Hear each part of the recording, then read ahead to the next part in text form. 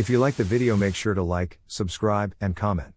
For more videos like this. Campers, outdoorsmen, and hunters, what is the creepiest, most otherworldly or paranormal thing you've seen deep in the woods that made you never want to go back?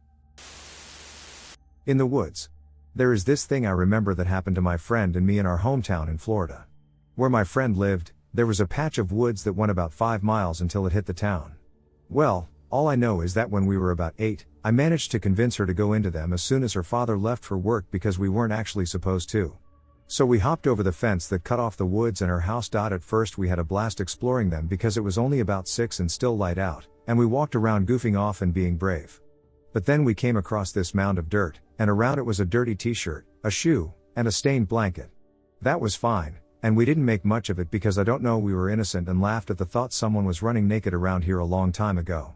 So we walked on and came across another pile, except this time it was made of rocks and was like a cave, like you'd think for a wolf or a cougar to live in, and it had an old bike outside of it. I wanted to explore it. I don't know why. I think I thought I found treasure or something, but she convinced me it was time to go back, and I agreed because it was getting darker and I didn't want her dad to catch us. Well, when you go out of the woods, there's a strip of cleared land, and we heard this gnawing or chewing noise or something. So we turned, and we saw what we imagined could have been in that cave, except it was wrong and weird. It was bigger than a wolf and thicker than a cougar, it was black and had no fur, and it hunched over a deer eating it. For some reason we watched it even though we were scared because it hadn't noticed us yet, until it started lifting its head, then we ran and scrambled over the fence and hid in her house. Her brother came back first, and we told him about the clothes in the cave but not about the thing that we saw. It's been 11 years, and we still haven't gone back into those woods. I didn't even think what I had seen was real as I got older because I had a big imagination until she mentioned it in front of her boyfriend and asked me if I still remember running from it a couple years ago. We hadn't talked about it since it had happened, and I don't know. I guess it scares me that she, who's cautious and grounded, believed it and told the story like it was a normal thing to other people. Heard a voice calling my dog's name coming from the woods today. As the title said, I was walking my dog this morning in the woods. I walk my dog every day around 5:45 and before I have to leave for work. The past few months the sun has been up during this time, but for the last week it's been dark out when I walk him. I walk him through this trail in the woods so I can smoke a J in peace before work. While on the way back, right before exiting the trail in the tree line, I heard a voice in a nice tone start to say, "Hey, dog's name, come here, buddy," and a noise as if someone was tapping their leg to call a dog over. Then I stopped for a second to make sure I actually heard it right, which I know I did because my dog reacted to it. Then it went again, "Come here, dog's name, Simon boy. Come here." At which point my dog started to get protective instead of curious, so I put my headphones on and walked as fast as I could home. Any idea what this could have been? Spooky hike in Greer, Arizona. Around this time last year, my family made a trip out to eastern Arizona to rent a cabin and soak in the fall vibes. Surprising to some, Arizona has some pretty dazzling leaf peeping if you know where to look. We set out for a hike along the Black River to get some fresh air. Loots of fresh air. It was super windy that day, and I didn't think to bring a coat, so I wrapped myself up in my niece's blanket. She was 4, and the other child was 2. So the hike only lasted for about 2 hours. 1 in and 1 out. On the way out, I started to feel like someone was running up on me and leering over my shoulder. At some points I thought I could hear the faint sound of footsteps behind me, but every time I turned around to look, the others were too far behind. My sister caught up to me at one point, and she could tell I was a little rattled. Since we had the kids with us and still a bit of a walk to get back, I was trying not to raise alarm. But I've had this sense since we were kids, so she knows the look I get when I feel something she can't. After a little prodding, I told her what I'd been feeling. As I spoke, we suddenly heard the shrill crescendo of chimes being struck by the wind. My sister jumped and clung to my arm as we spotted the chimes in a nearby tree. They were colorful bar chimes that, to me, appeared to be shaped like feathers. They were unlike any chimes I'd seen before. And I definitely didn't see them when I hiked through that same spot on the way in. Considering how windy it was that day, we definitely would have heard them. This was in Australia. I had been hunting on this property for at least 15 years, so I was quite familiar with it. About 10:30 a.m., I was heading to an area where we had seen signs of feral pigs the day before. I had a .223 rifle with me. It was a nice sunny day with a light breeze. I was walking up a small hill that had eucalyptus trees scattered on it and light scrub. The top of the hill had some granite boulders and rocks on it. I was about 50 meters from the top when I looked up and saw a large, hairy, humanoid face looking down at me. I froze and without breaking eye contact slowly started to unsling my rifle, not that I was going to shoot it, but if I was actually having an encounter with a Yowie, Australia's Bigfoot, I wanted to be able to get a warning shot if things went bad. Then the breeze caused the shadows from the trees to shift, and the face did one of those candlestick/two faces optical illusion things, and I realized it was a big eastern gray kangaroo. The lighting, the angle I was viewing it from, and the roo being behind the rocks, concealing it from about mid-chest down had made my brain make a face. It was 2 years ago, in January. We're hunting for squirrels on my uncle's dairy farm, which has a bunch of woods nearby. The group was my little brother, my dad, and my grandfather, tired from waking all day, and we hadn't seen any squirrels yet, so we decided to split up to cover more ground and sit for about 2 hours. I was the farthest from everyone else, of course, by a tree that fell over in a storm. So I sat in the exposed roots and waited. After about half an hour of waiting, I heard someone call my name. However, it did not sound like anyone in the group. My dad and grandpa's voices are very deep and booming, and my little brother's were very high-pitched at the time. This voice, however, did not sound like that. It was more like a young man's voice, calling me into the nearby swamp. Originally, I brushed it off as me just being 14 years old. But I started to get suspicious when I heard it again, closer this time. That is when I hear a loud noise coming from about 200 yards to my right. So I walked and checked it out.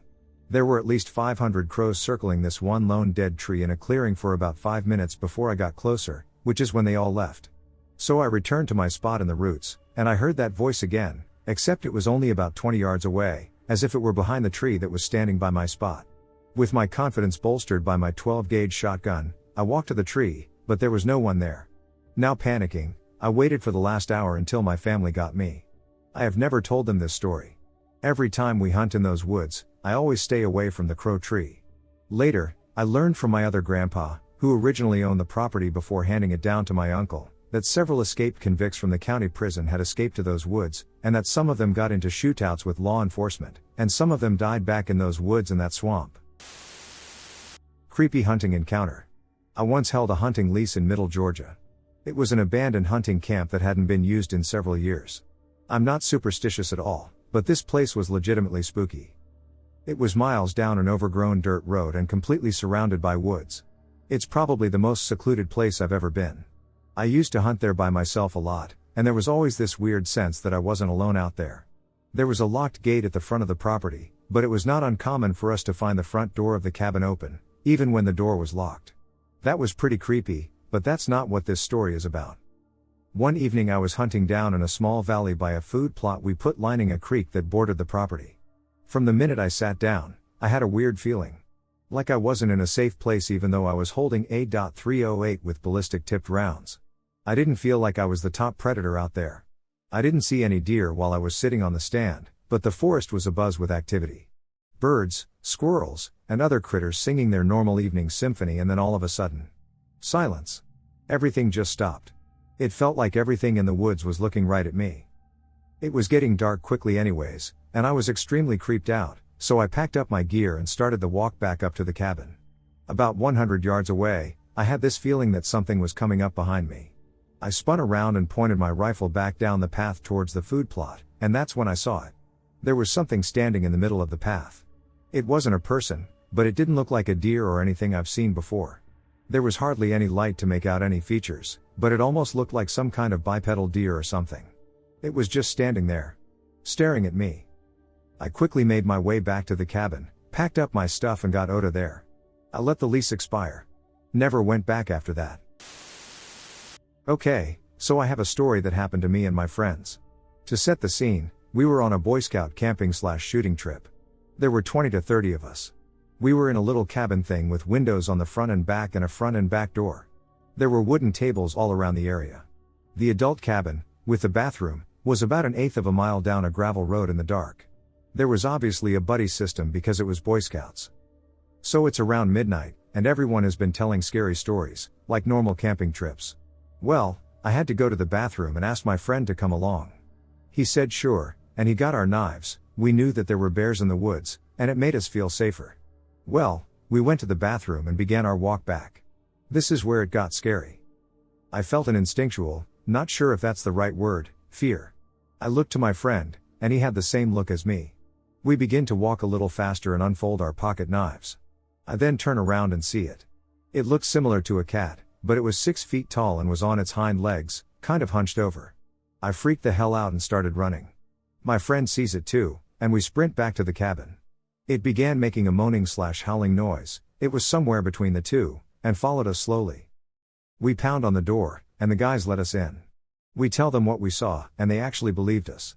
So we lock the front door and look at the back door. It had no lock. We pushed a table up against it and had a kid there with his knife for safety.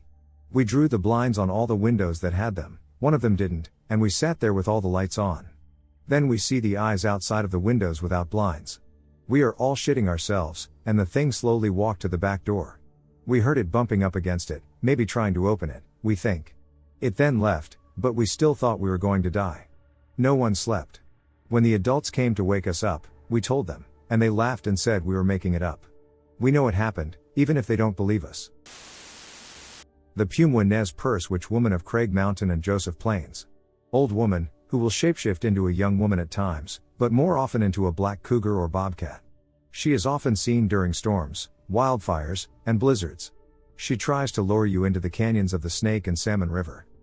My buddy says she's one of the first peoples and daughter of Coyote. She was kicked off of the Camas Prairie for helping a witch capture all the salmon near Heart of the Monster. Her father Coyote banished her to live with the cave peoples of the Salmon River Canyon near Rock Cr. There, she learned the magic of immortality. To keep living, she needs to bring people back to her caves in the canyon as a sacrifice. She uses magic to help cause the storms and fires to send you down and out towards the canyon bottoms, where she can get new blood.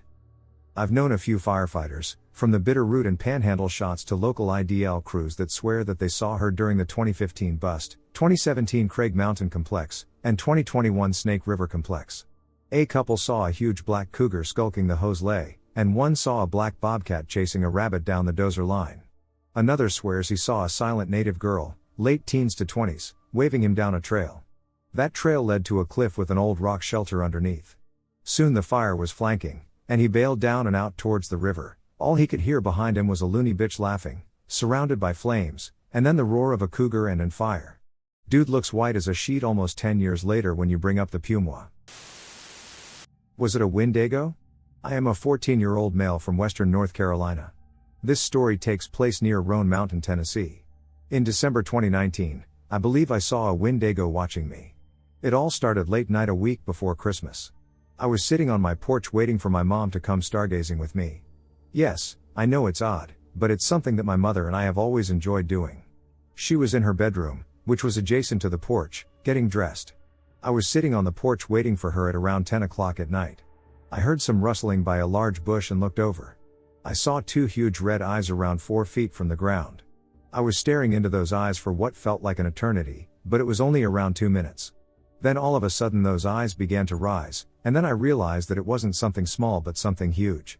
It walked out of the bush, and it seemed to be 7 feet tall. I'm around a 5'10" and I had to look up to it from about 25 feet away. It had pale skin, large claws, matted black hair in patches, and it was staring at me. Then it let out a low growl and took 3 steps in front of me. I'm not sure if it was a he or a she because it had no genitalia, but it was built like a human man. I felt nothing but fear in that moment. For some unknown reason, it just turned away and walked in the opposite direction, like nothing happened, and it was just going back home or to the store or something else, mundane. Then it walked behind my great-uncle's barn, and then it disappeared. The next day I went to where it was, and there were footprints bigger than my hand, but they just stopped at the barn. I still sit out on the porch at night but haven't seen anything like it since. I'd always heard of the Windego coming from Cherokee descent, although I never thought I would see one for myself. If you're ever near Roan Mountain, Tennessee, be wary of what's in those woods because you never know what you may see. I'm not sure if this is the right place for this experience, but the posts here jogged an old hidden memory from my childhood that I now need to get off my chest. In 1999, I was 7 years old, playing in the woods with my friend Charlotte. We were standing at each end of a big log in the woods when I noticed movement in my peripherals. I tried focusing my periphery to catch a detailed look. I see similar movement often when we're in the woods, and it always disappears, more like scatters, before I turn to look. My heart skipped a beat when I could make out a group of little people looking up at me as well. I was frozen in the pose I was playing in, After a few seconds, I realized Charlotte had stopped narrating out play and was frozen in place as well, staring at me but focusing on them. I'm pretty sure they were dressed because it didn't look like they were all naked. I could tell they knew we were aware of them, and they dispersed as Charlotte moved her eyes. We didn't talk about it until we were in her house. We weren't afraid, just confused on our walk home. We wrote out what we saw before talking about it to see if we saw the same thing. Unfortunately, both our descriptions were so vague, but clothed, less than a foot for sure. One thing we were positive of was to mind our business and to not go searching, which is what our instinct would have usually been. We thought we found a colony of little people in the woods. But the fact that our reaction was to quietly leave and not even talk about it until behind closed doors, and still not even talk out loud but write it. I don't remember being too frightened. In fact, we kind of just accepted it and moved on with a new taste of what this world/universe is capable of. I watched the Indian in the cupboard later in life, which reminded me of these little people, but I no longer saw them by then. Charlotte and I would talk about seeing things out of the corner of our eyes but could never figure out what it was. Although Charlotte was different, her and her dad were huge hippies, tire swing in the kitchen, no TV, and her imagination was so wildly magnificent that it made my mind radiate. I always thought that maybe her narration of our play was so powerful and energetic that we could manifest and see the same thing. Little people were never playing any parts in either of our imaginations. In fact, when we both confirmed what each other saw, we were kind of in awe that we've never even dreamt of tiny people in this universe. I will try to keep this story as short as possible. I had a friend whose dad back maybe in the 1980s was hunting in West Virginia with a group of friends and one of the friends' dads. They were way off the beaten path, far back in the mountains. Imagine how isolated it would be 40 years ago when you think about how remote West Virginia is now, even with the technology that we have.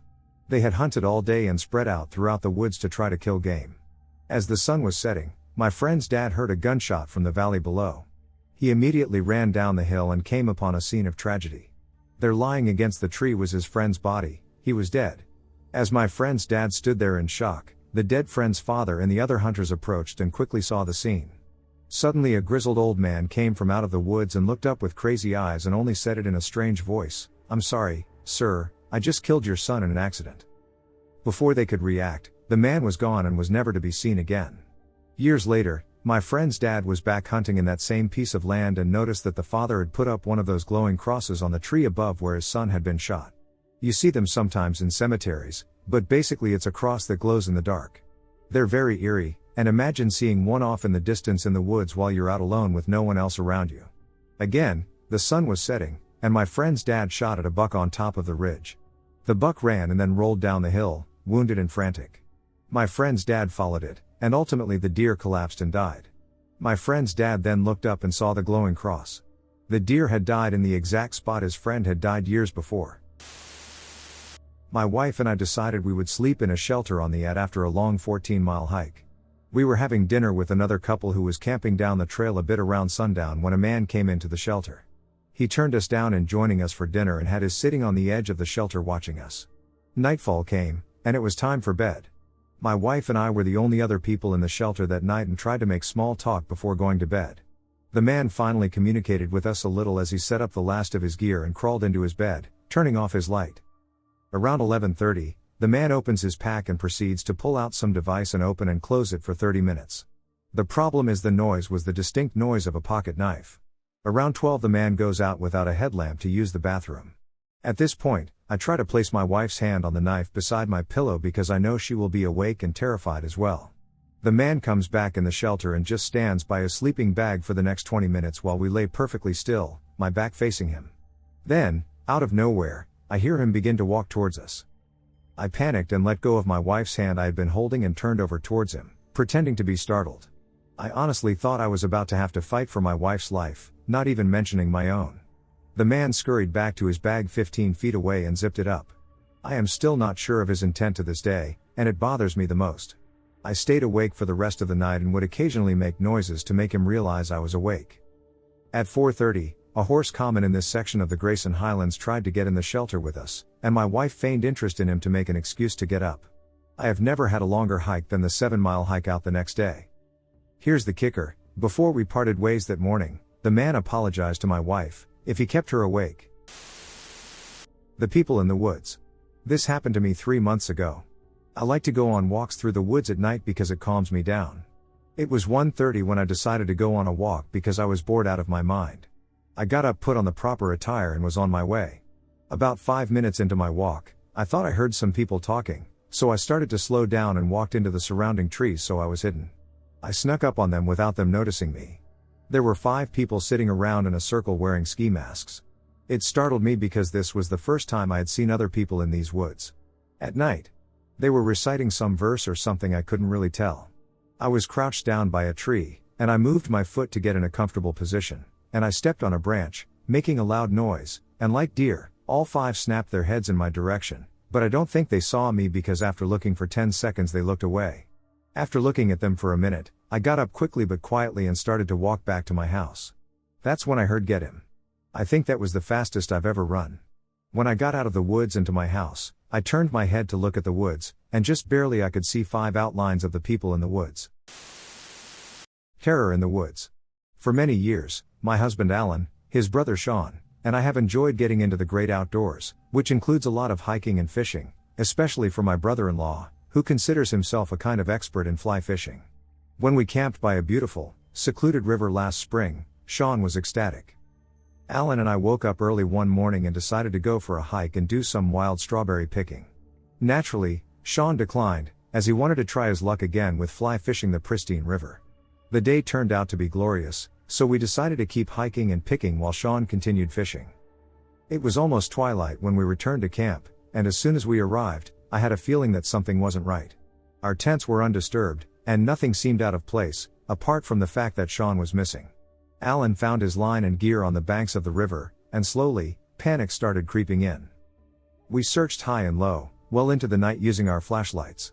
Just as we were about to give up and call the authorities, we heard yelling coming from the river. We scrambled down the mountain and past the tents, then skidded to a stop when we saw something emerging from the water. At first it looked like a mud monster, staggering out from the water and then falling to its knees. When Sean's voice groaned loudly, we knew that it was him. Alan yelled to me about getting a blanket while he ran over to his brother. On my way over with the blanket, I saw that Sean was completely naked. He was covered in mud, but when Alan told him to go with him to the river to wash it off, he screamed, "No." Alan and I looked at each other, not knowing what had happened, as Sean wouldn't speak after that. We wrapped him in the blanket and sat him in front of the fire.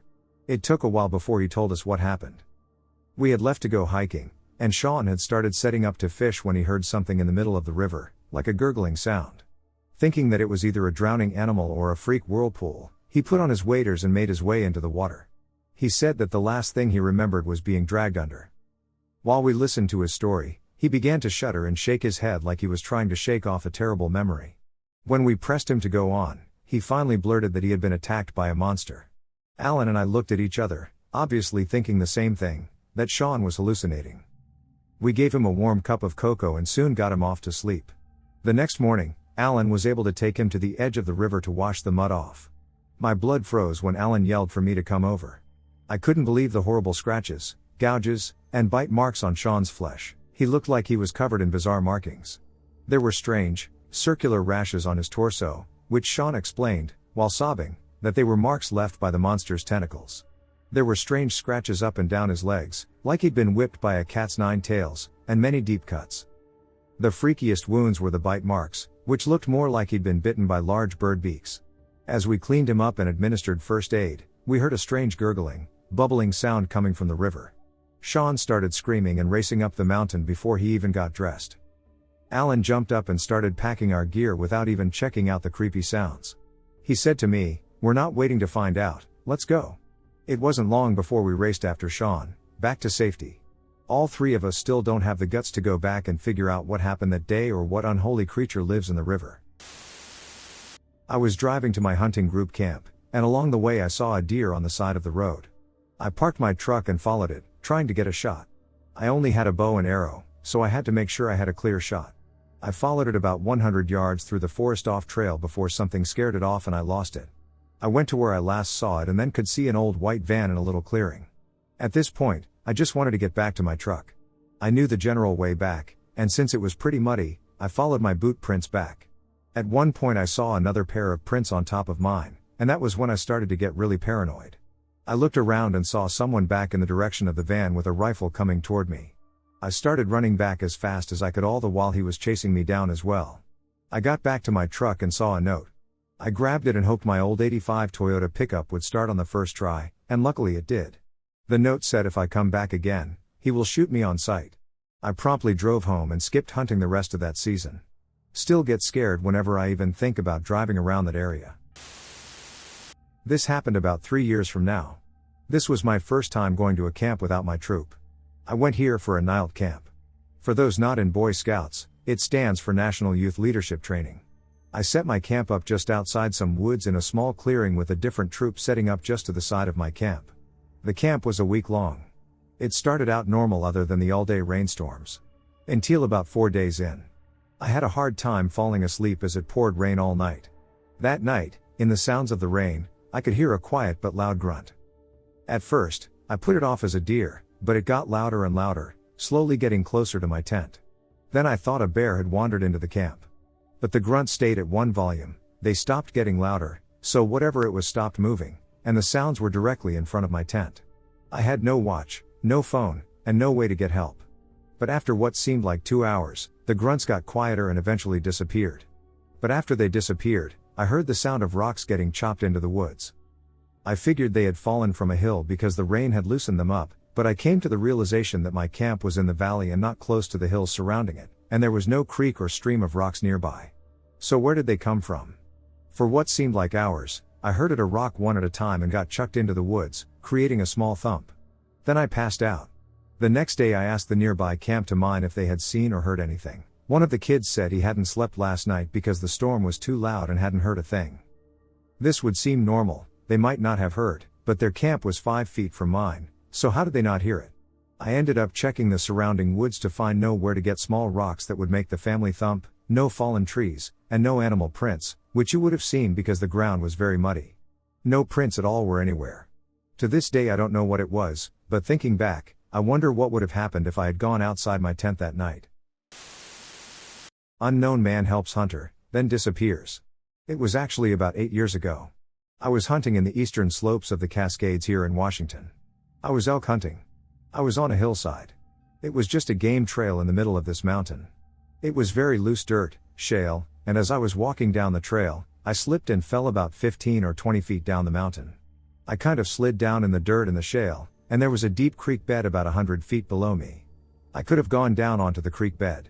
There were a lot of downed trees on this creek bed, so it would have taken me hours and hours to get out and back to my camp. It was late in the afternoon, probably 4 o'clock or 4:30 in the afternoon. I struggled for a good half hour trying to get back up. It was like every 3 steps you take, you slip another 2 steps. Then, all of a sudden, from the direction I came in, here comes this man. He was dressed in not what you would call modern-day hunting clothes, you know, camouflage. He was dressed in the wool jacket, wool hat. He looked like he was in his 50s. Maybe mid-50s. And he said, "Hey, are you having trouble?" I said, "Yeah. I can't back up to the trail." He had an old backpack on, an old leather backpack. He was looking down at me. He takes out a rope.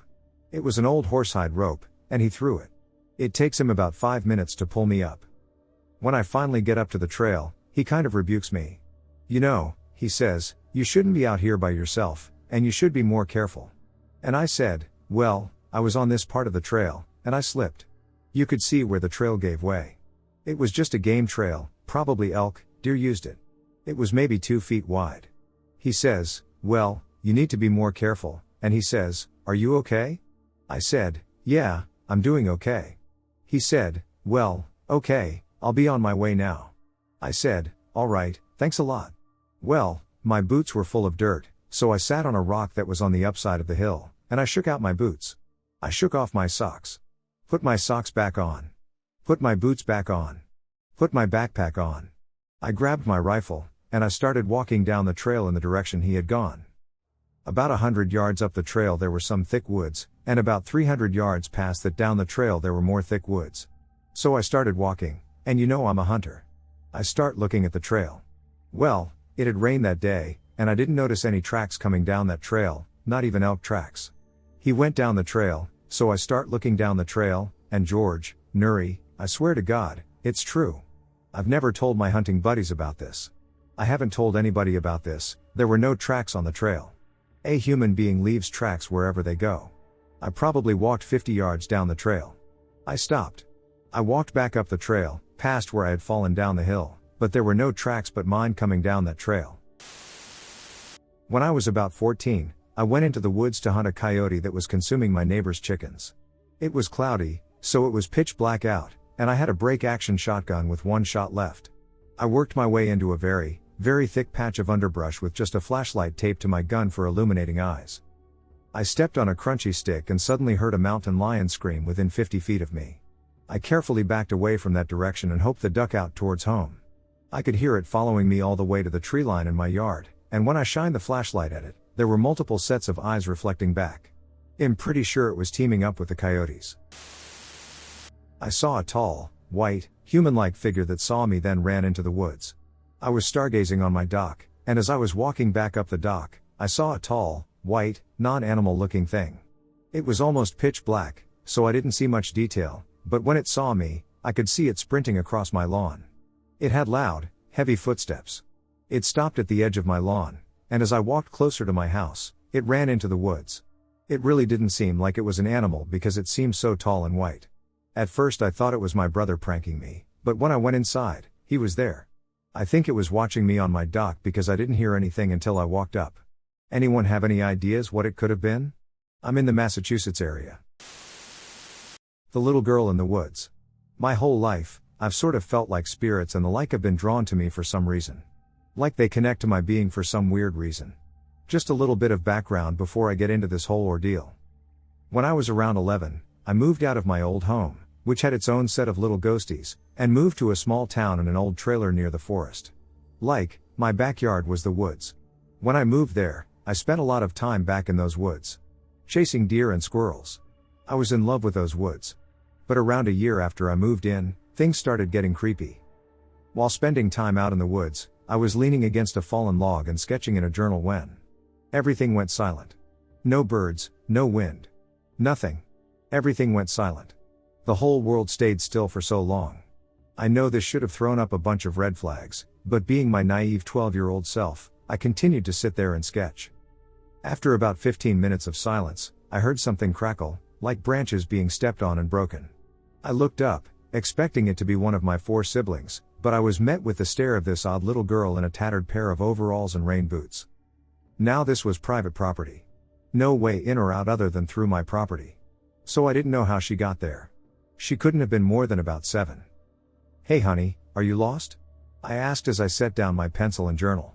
She continued to stare at me and just stand there, blank-faced. "Hey? Did you hear me? Where are your parents?" I called out to her again. Her whole demeanor changed, and she seemed to flicker with static electricity as she released this blood-curdling scream. This 4 feet 6 inches, 7-year-old with blonde pigtails just wailed. You would think that would set off birds and deer, but nothing stirred, and her face went back to the absolute stillness it was. The scream had knocked me backwards, and I was slightly terrified. I watched her for a second and turned my gaze toward the trail for just a split second and then turned back to find nothing. She was gone. My pencil and journal were also gone.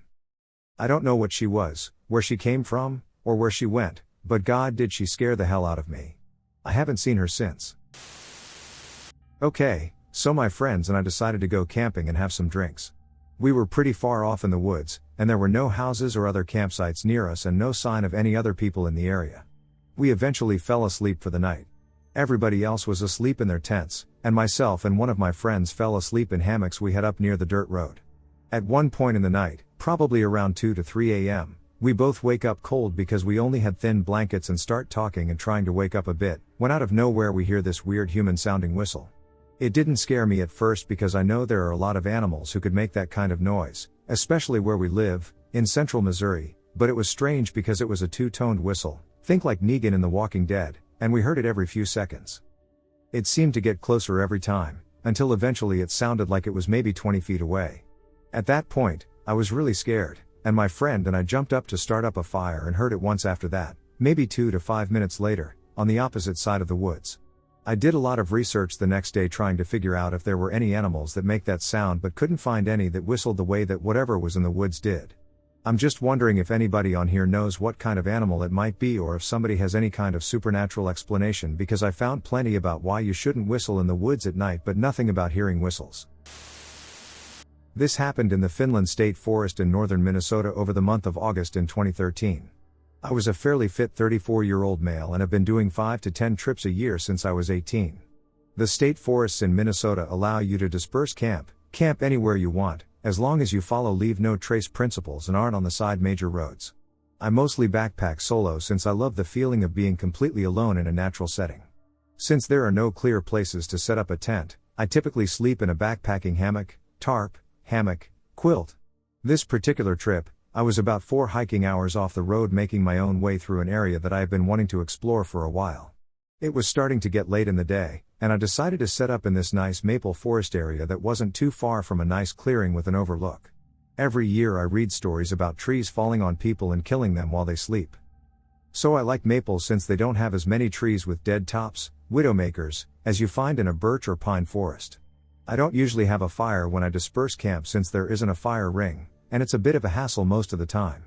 I do gather materials to make a fire should I need one in an emergency, though.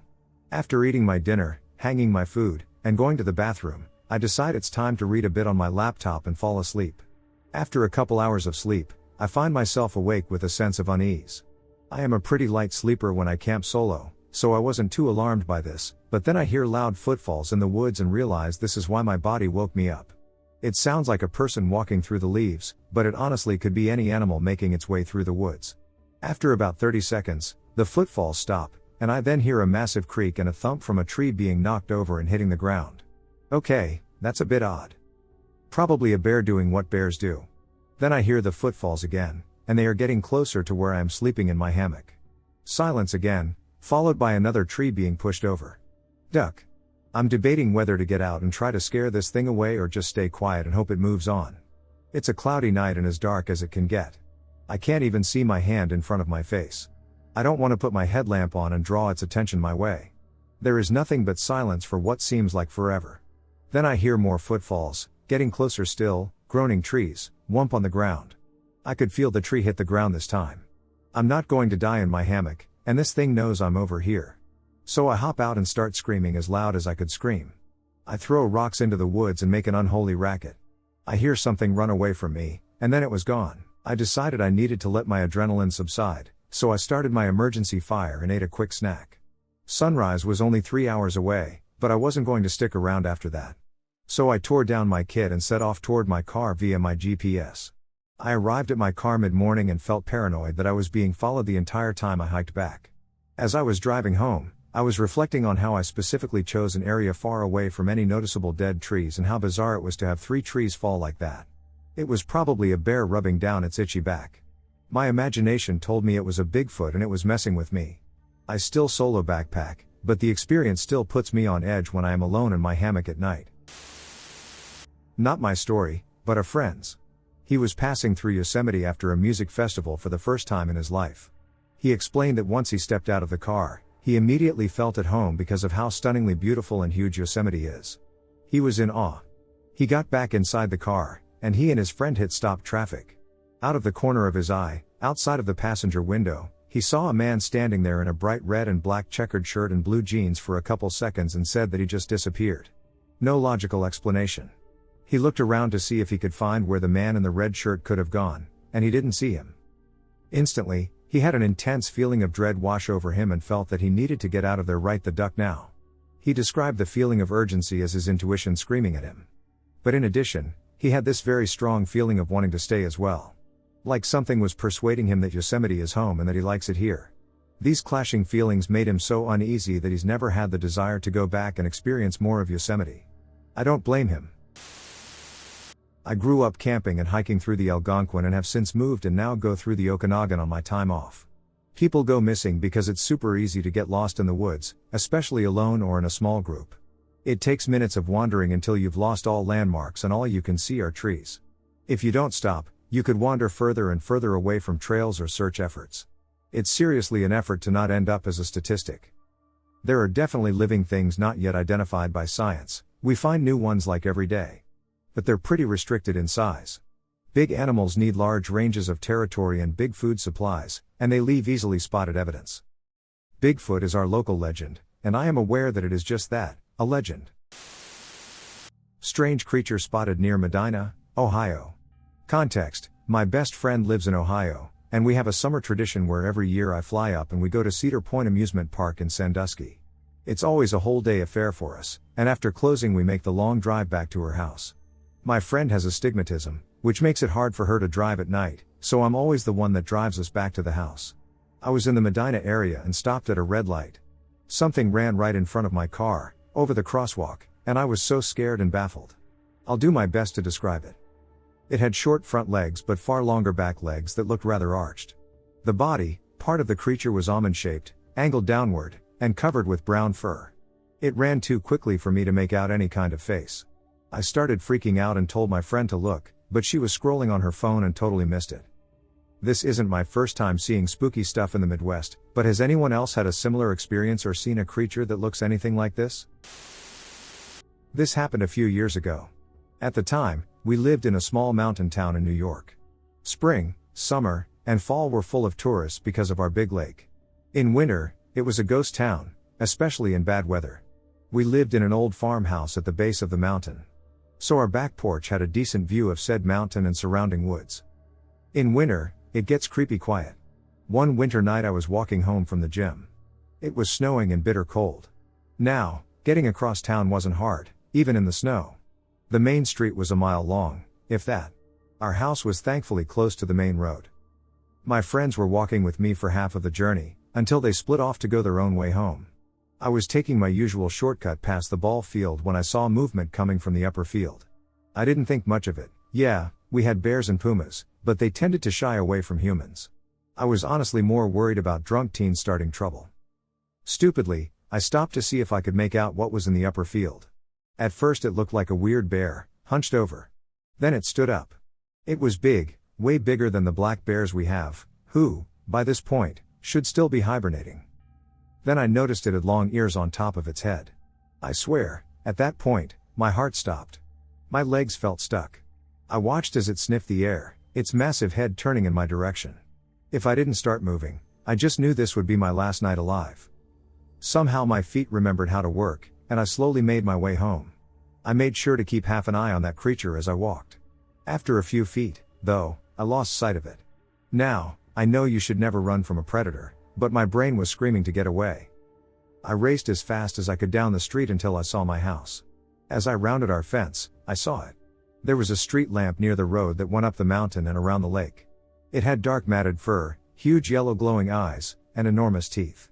Now I've been a Halloween fan since I was a kid. I love movie monsters. This creature was very similar to a werewolf. It snarled at me, and my blood froze. I have never been anxious in all my life. Before it could take another step, I jumped our fence, bolted up the stairs, and ran into the house like the hounds of hell were chasing me. Because it felt like they actually were.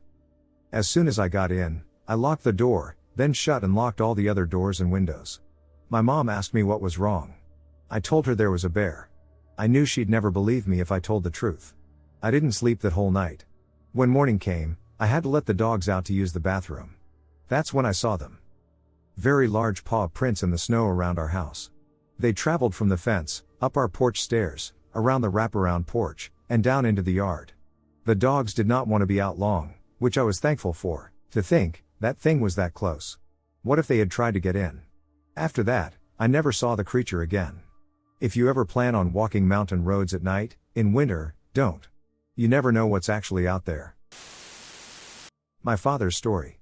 My father used to tell us, me and my brother, when we were about 12 and 17 this story, and as a 17-year-old, when I first heard it, it creeped me out, so without further ado, here is the story from my father's prescriptive. In the summer of 1998, me and 4 of my college friends went camping in the remote Blackwood forest, known for its eerie legends. Around midnight, we heard distant drumming, growing louder and more insistent. At 3 a.m., Jack, my father's best friend at the time, woke to whispering outside his tent and found an old man warning him about the Watcher, a malevolent spirit that haunted the forest. As the man vanished, we packed up in fear, but the drumming returned, louder and closer.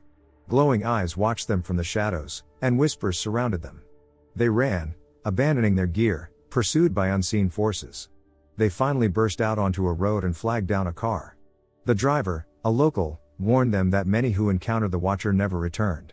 The friends never spoke of that night again, but the haunting memory lingered. We might have exaggerated, you might think it was an animal? We saw a full body, and that pair of yellow eyes had no soul in them. I grew up in a small rural town on the Sunshine Coast in Queensland, Australia, on a property that had 156 acres of bush that my stepdad at the time carved out some trails for me and my siblings to ride our bikes on when we weren't at school, etc. Any chance I got, it'd be out there, and never experienced anything like this before. I was the sort of kid who got a kick out of being out there by myself and always felt safe and content with my own attempt at teen versus wild. I would quite regularly grab a swag, a backpack full of snacks, jump on my bike and find a new spot to pitch up the swag to just enjoy being away from it all. I never felt in danger of any predators since there aren't any, and any animal that would even remotely come close to causing me harm would immediately dip the moment they heard my bike, so being out there always felt tranquil. But this day was different. It was about 7:30 in the evening, and being the middle of summer, it was still fairly bright out on the trails, so I thought nothing of jumping on my bike and going for a ride for a few hours. Along one of my favorite trails, a tree had fallen across it, so any time I decided to ride it, when I got to that spot, I would have to stop and pick up my front wheel and prop it on the tree so I could ride over it and continue. But when I pulled up to the log, something just didn't feel right. I was immediately incredibly uneasy. I felt as though someone was staring at me with 1,000-year-old rage in their eyes, causing every hair on my body to stand on end. I looked around but saw nothing, quickly dismissing it as just my irrationality due to the fact that I had consumed too many energy drinks and the nearest neighbor, or anyone, would have had to walk on hourly property for hours to reach this spot. Then, I heard what sounded like twigs snapping, and someone walked over behind me, back in the tree line, causing my heart rate to spike again. I scanned around again and saw nothing, but this time I just felt like I was in a world of danger and had no idea why.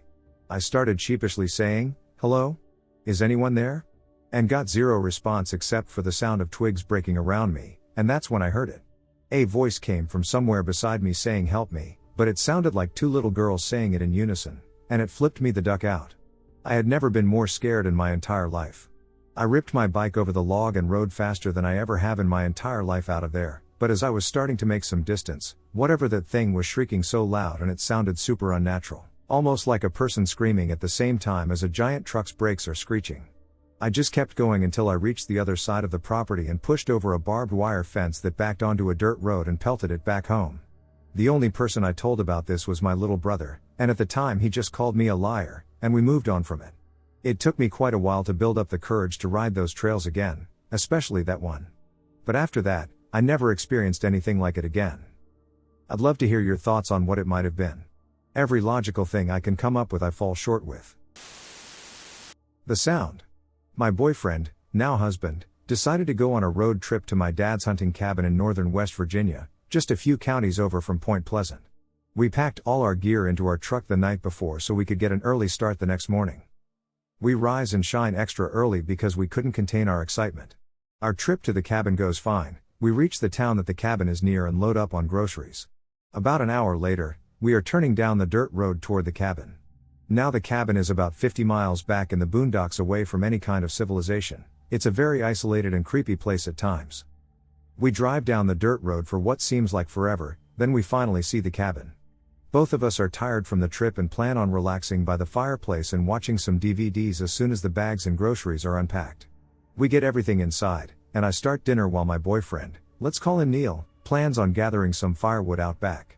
By 7-something, the sun is setting, and we make sure all the doors and windows are locked. It's a small one-bedroom cabin, so there were maybe 5 windows and 2 doors. This will be important later. After we clean up, we decide to watch Catch Me If You Can on DVD, so nothing scary. I reach for a cigarette only to find my pack empty. I ask Neil where the carton was we just got, and he tells me in the truck and asks if I want him to go get it. I tell him no, that I will, and slip on my shoes and make my way to the door. Now I have always been scared of the dark and hate going outside in the dark for as long as I remember. I turn back to Neil and ask him if he will stand at the front door while I go to the truck. He says yes and makes his way over. I ease outside and down the steps to the truck. I was reaching in to get the carton of cigarettes when I heard this sound. At first it sounded like a woman screaming, then it changed to howling, and then it was like those sounds came together to form this one creepy sound.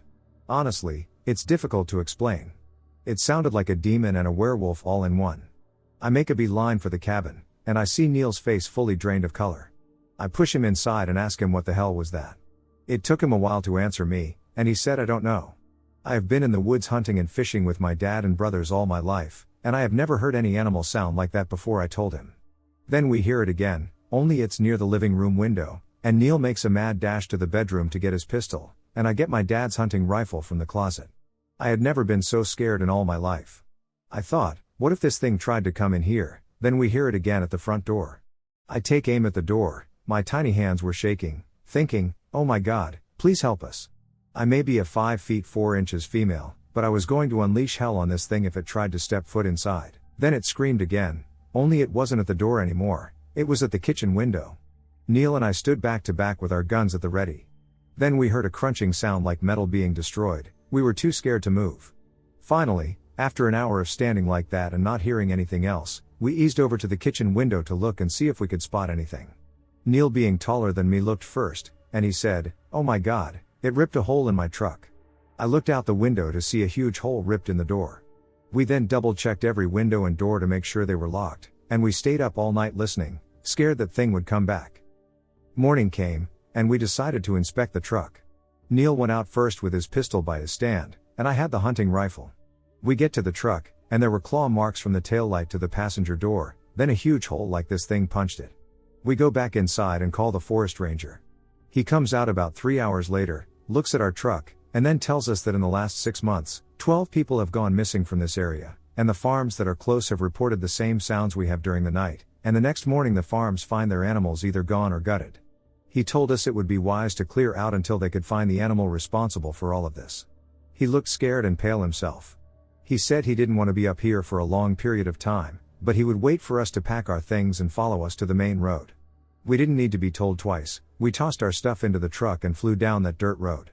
When we made it to the main road, we thanked him and went on our way. To my knowledge, they have never found any animal, thing, person, nothing that was doing those things in those woods, and we have never been back there. We didn't see whatever it was, and I'm glad we didn't, but I do know that no animal was making those sounds and could do that kind of damage to a truck, not even a bear. Babies crying in the woods? Around 10 years ago.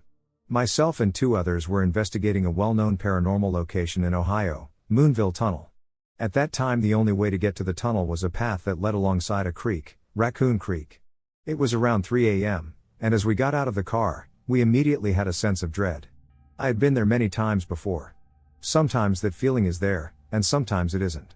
That particular night, it was very heavy. We had just started walking down the path towards the tunnel, and as we made our way in, around 50 yards or so, a very distinct sound of a baby crying in the woods startled us. It was probably less than a couple 100 feet away from us. The 2 people I was with really wanted to turn around and leave, but I assured them that it was just an animal and that sometimes beavers make those noises. I had no idea what I was talking about, but it sounded good at the time.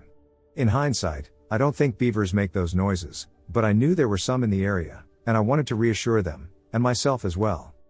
As we continued, it wasn't long before rocks began whizzing past our heads, and as we reached the tunnel while we were inside the tunnel, stones continued to be thrown at us. I don't see how that could happen without us seeing who was throwing them, as there are only 2 ends of the tunnel and we could see both. Through the years, my mind has tried to process this, and I have scoured the web searching for animals who make sounds like crying infants, and I have yet to find any that even comes close to what we heard. The most unsettling thing to ever happen to me. This happened a few years ago. Me and a friend were using some public Wi-Fi outside of a building doing nothing notable. I could start to hear rock music coming from the distance, deep in the fields we were overlooking, perhaps hidden by the trees or something.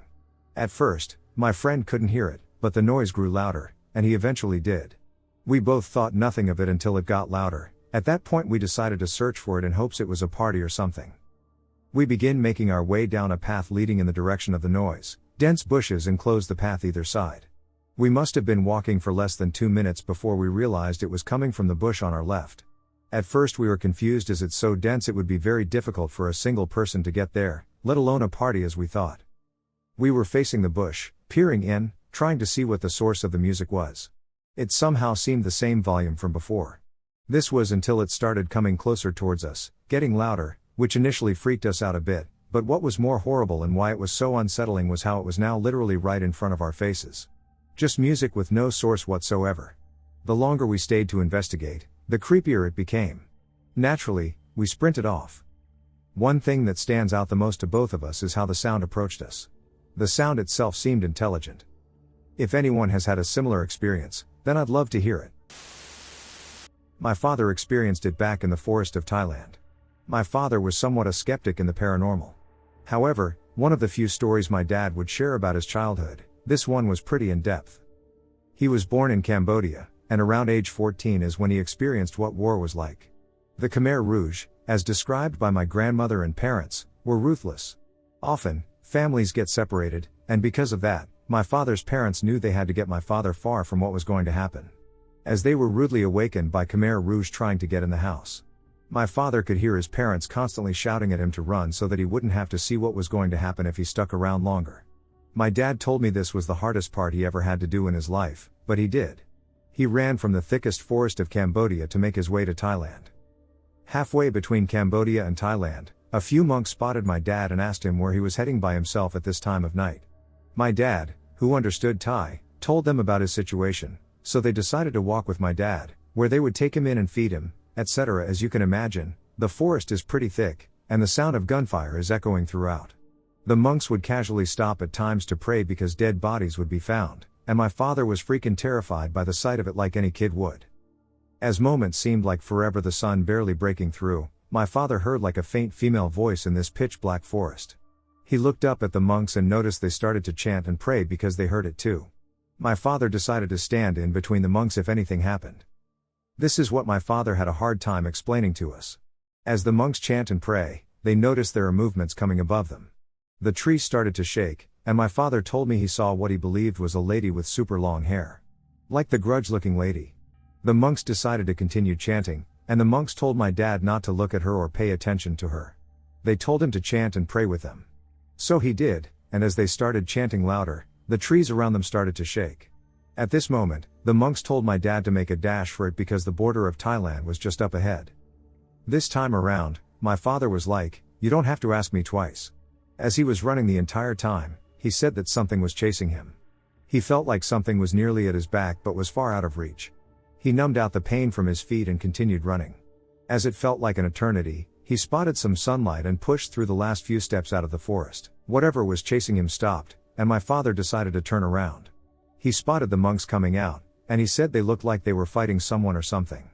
My dad asked the two monks if they saw what he saw. They said yes, and they thought having him run ahead would keep whatever it was away. But they said once my dad took off running, that thing was chasing him the entire time. My father had other stories as well, but this one was a few that pushed me from being skeptic to somewhat of a believer. About 20 years ago I was deep out in the woods of Missouri deer hunting alone and decided to sit down under a tree that was sitting at the top edge of this ravine that I think was once a creek bed. I was about 15 feet above the base of the ravine, with my back up against a tree and thick woods behind me and on either side of the ravine.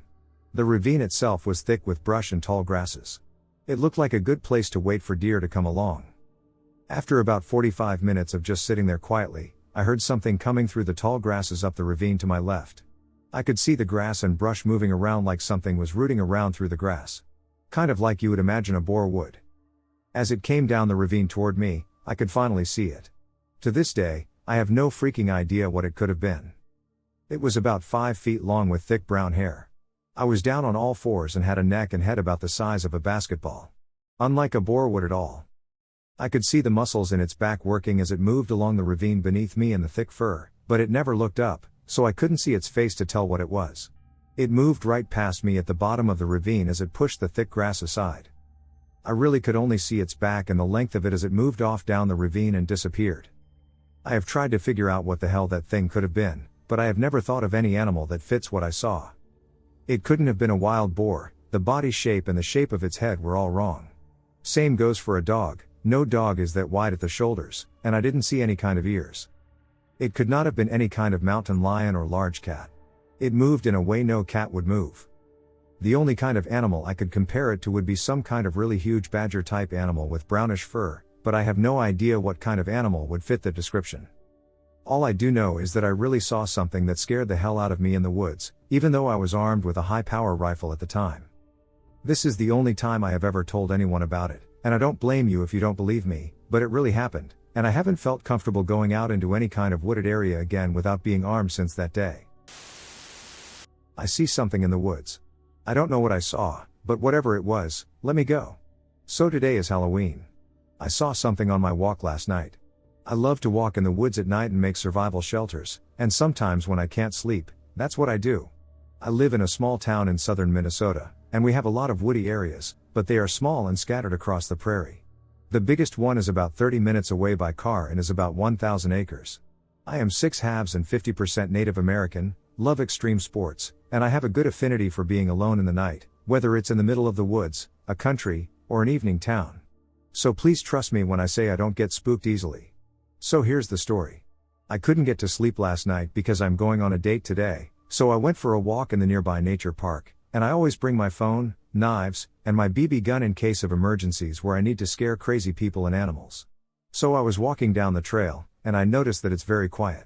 I could hear the wind sprinkling rain and myself, so at first I didn't question the silence.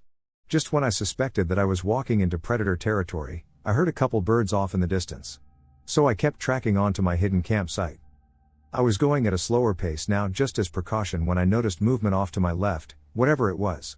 It was big enough for me to pull out one of my knives and hold my backpack in my hand as I walked, but most things leave you alone if you leave them alone. So I walked another 40 yards.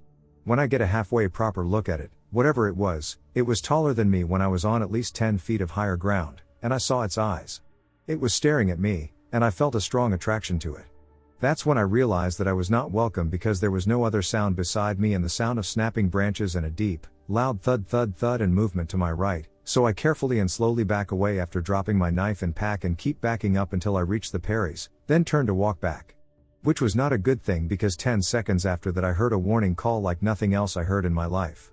I look back and see 3 of them look at me, so I back up until I reach my dirt bike and get ripped out of there as fast as the bike could go. I am glad that they are only warning me. Because they could have done me in because I only detected 2, not 3, so be careful on Halloween nights, you might find yourself in a bad situation.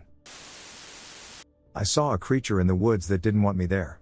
When I was a little younger, I loved going on walks in the woods. I would go on walks just about every morning, and I never cared much for worrying about what was out there.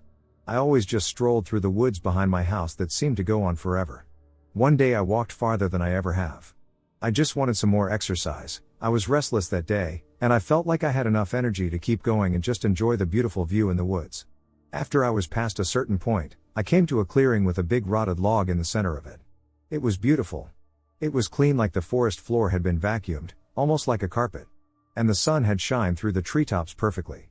I had wanted to just sit down and enjoy this gorgeous view in front of me, so I decided to sit down on the rotted log to take it all in.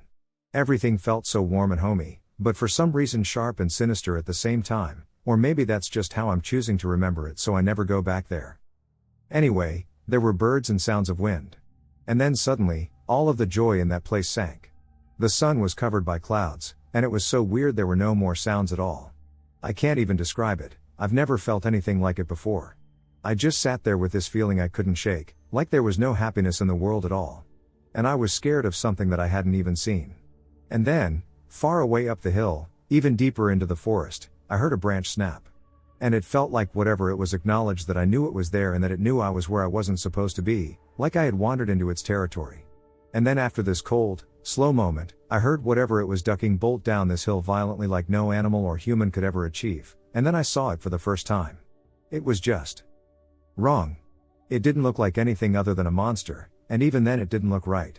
Its body warped and uneven, its skin stretched over its body like it was on wrong. There was no visible mouth or eye holes, just depressions in the face where they should have been. It ran in all fours but in like a zigzag and fast, and it just walked wrong, sharp bones sticking out of random places, and I didn't look at all after that and ran faster than I've ever run.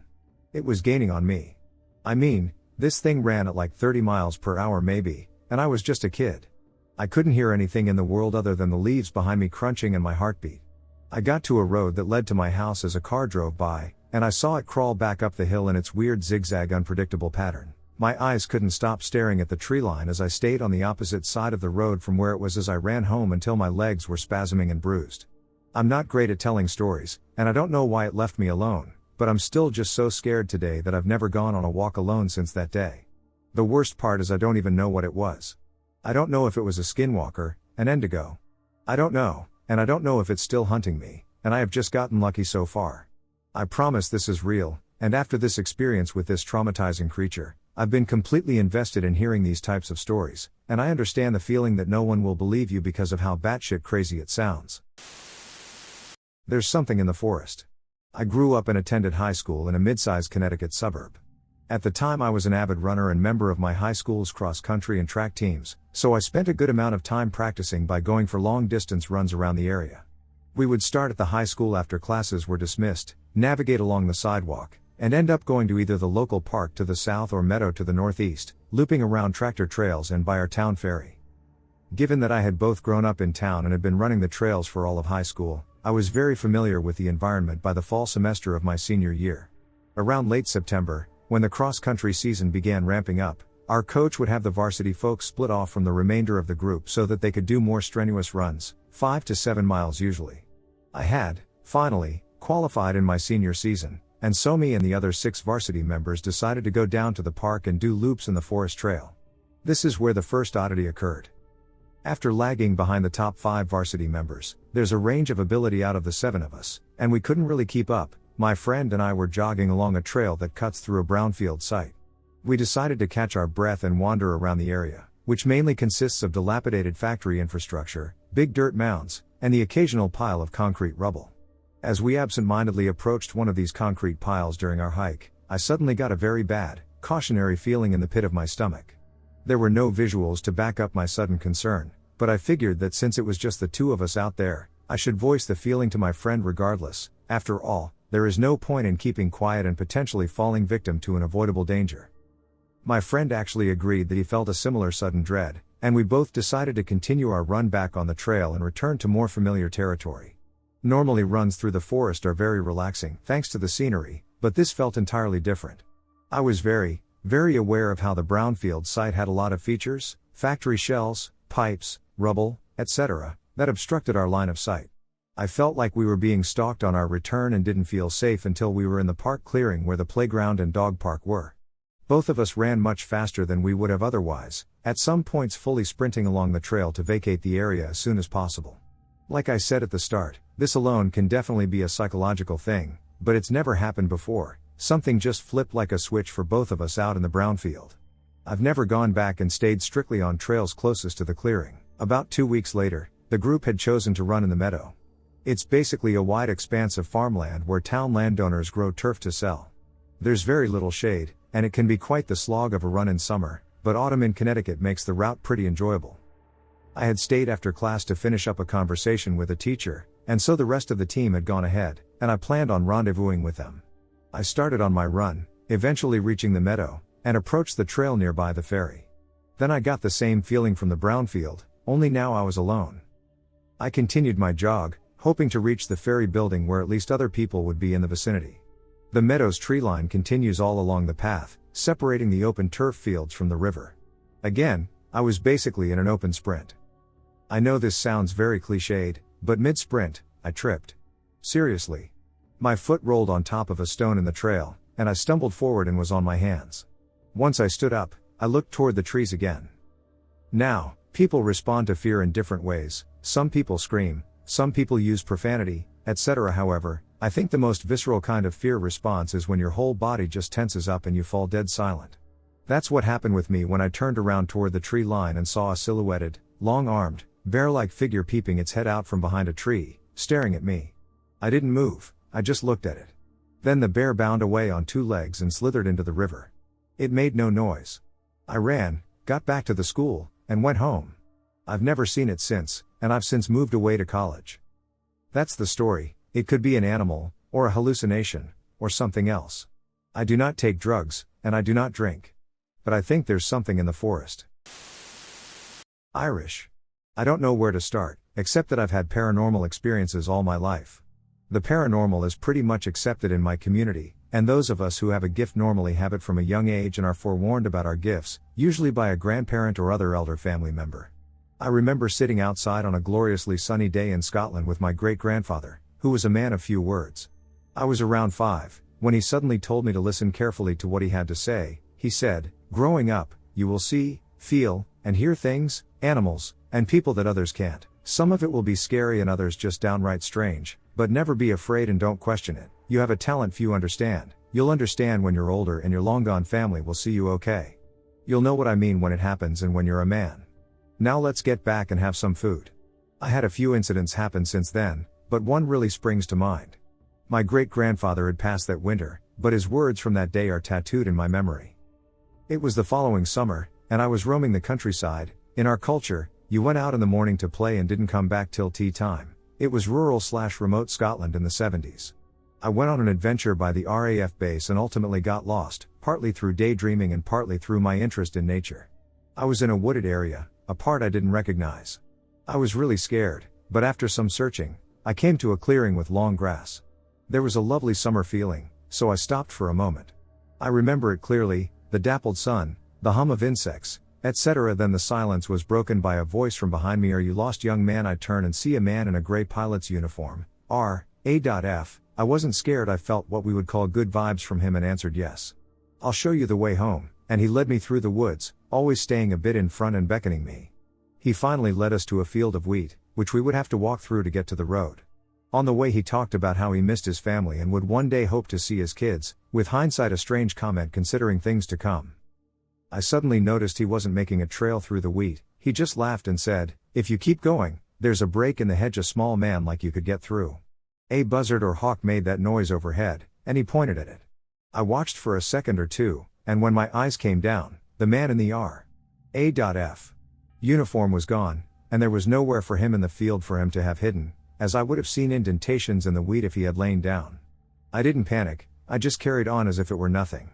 I got back and all the adults were at work, except my grandmother, so I told my tale, but she dismissed it. That night I was in bed and the adults were sitting outside around the fire, and I overheard my grandmother retell my story, and others commented, "It started," and my grandmother said, "He's the one with the gift." I dozed off. I've had many more experiences throughout my life, some absolutely terrifying where I've literally battled for my life to places I'll never return, or light ones where I should have died but come out completely unscathed, or to terrifying mediums and spiritualists who say I was a beacon for the paranormal and way to open. This took place back between 2009 and 2010. I can't be more specific on time as it was a really messed up time for me then. Here's some context that I think is important. This is the Albertville/Boaz area in Alabama, where I'm not originally from. This awesome guy, let's call him George, and his family had taken in my young, 18 meters, stupid self. George, along with his wife, let's call her Kelly, had a group they would go on paranormal investigations with that I joined, having been interested in such from a young age.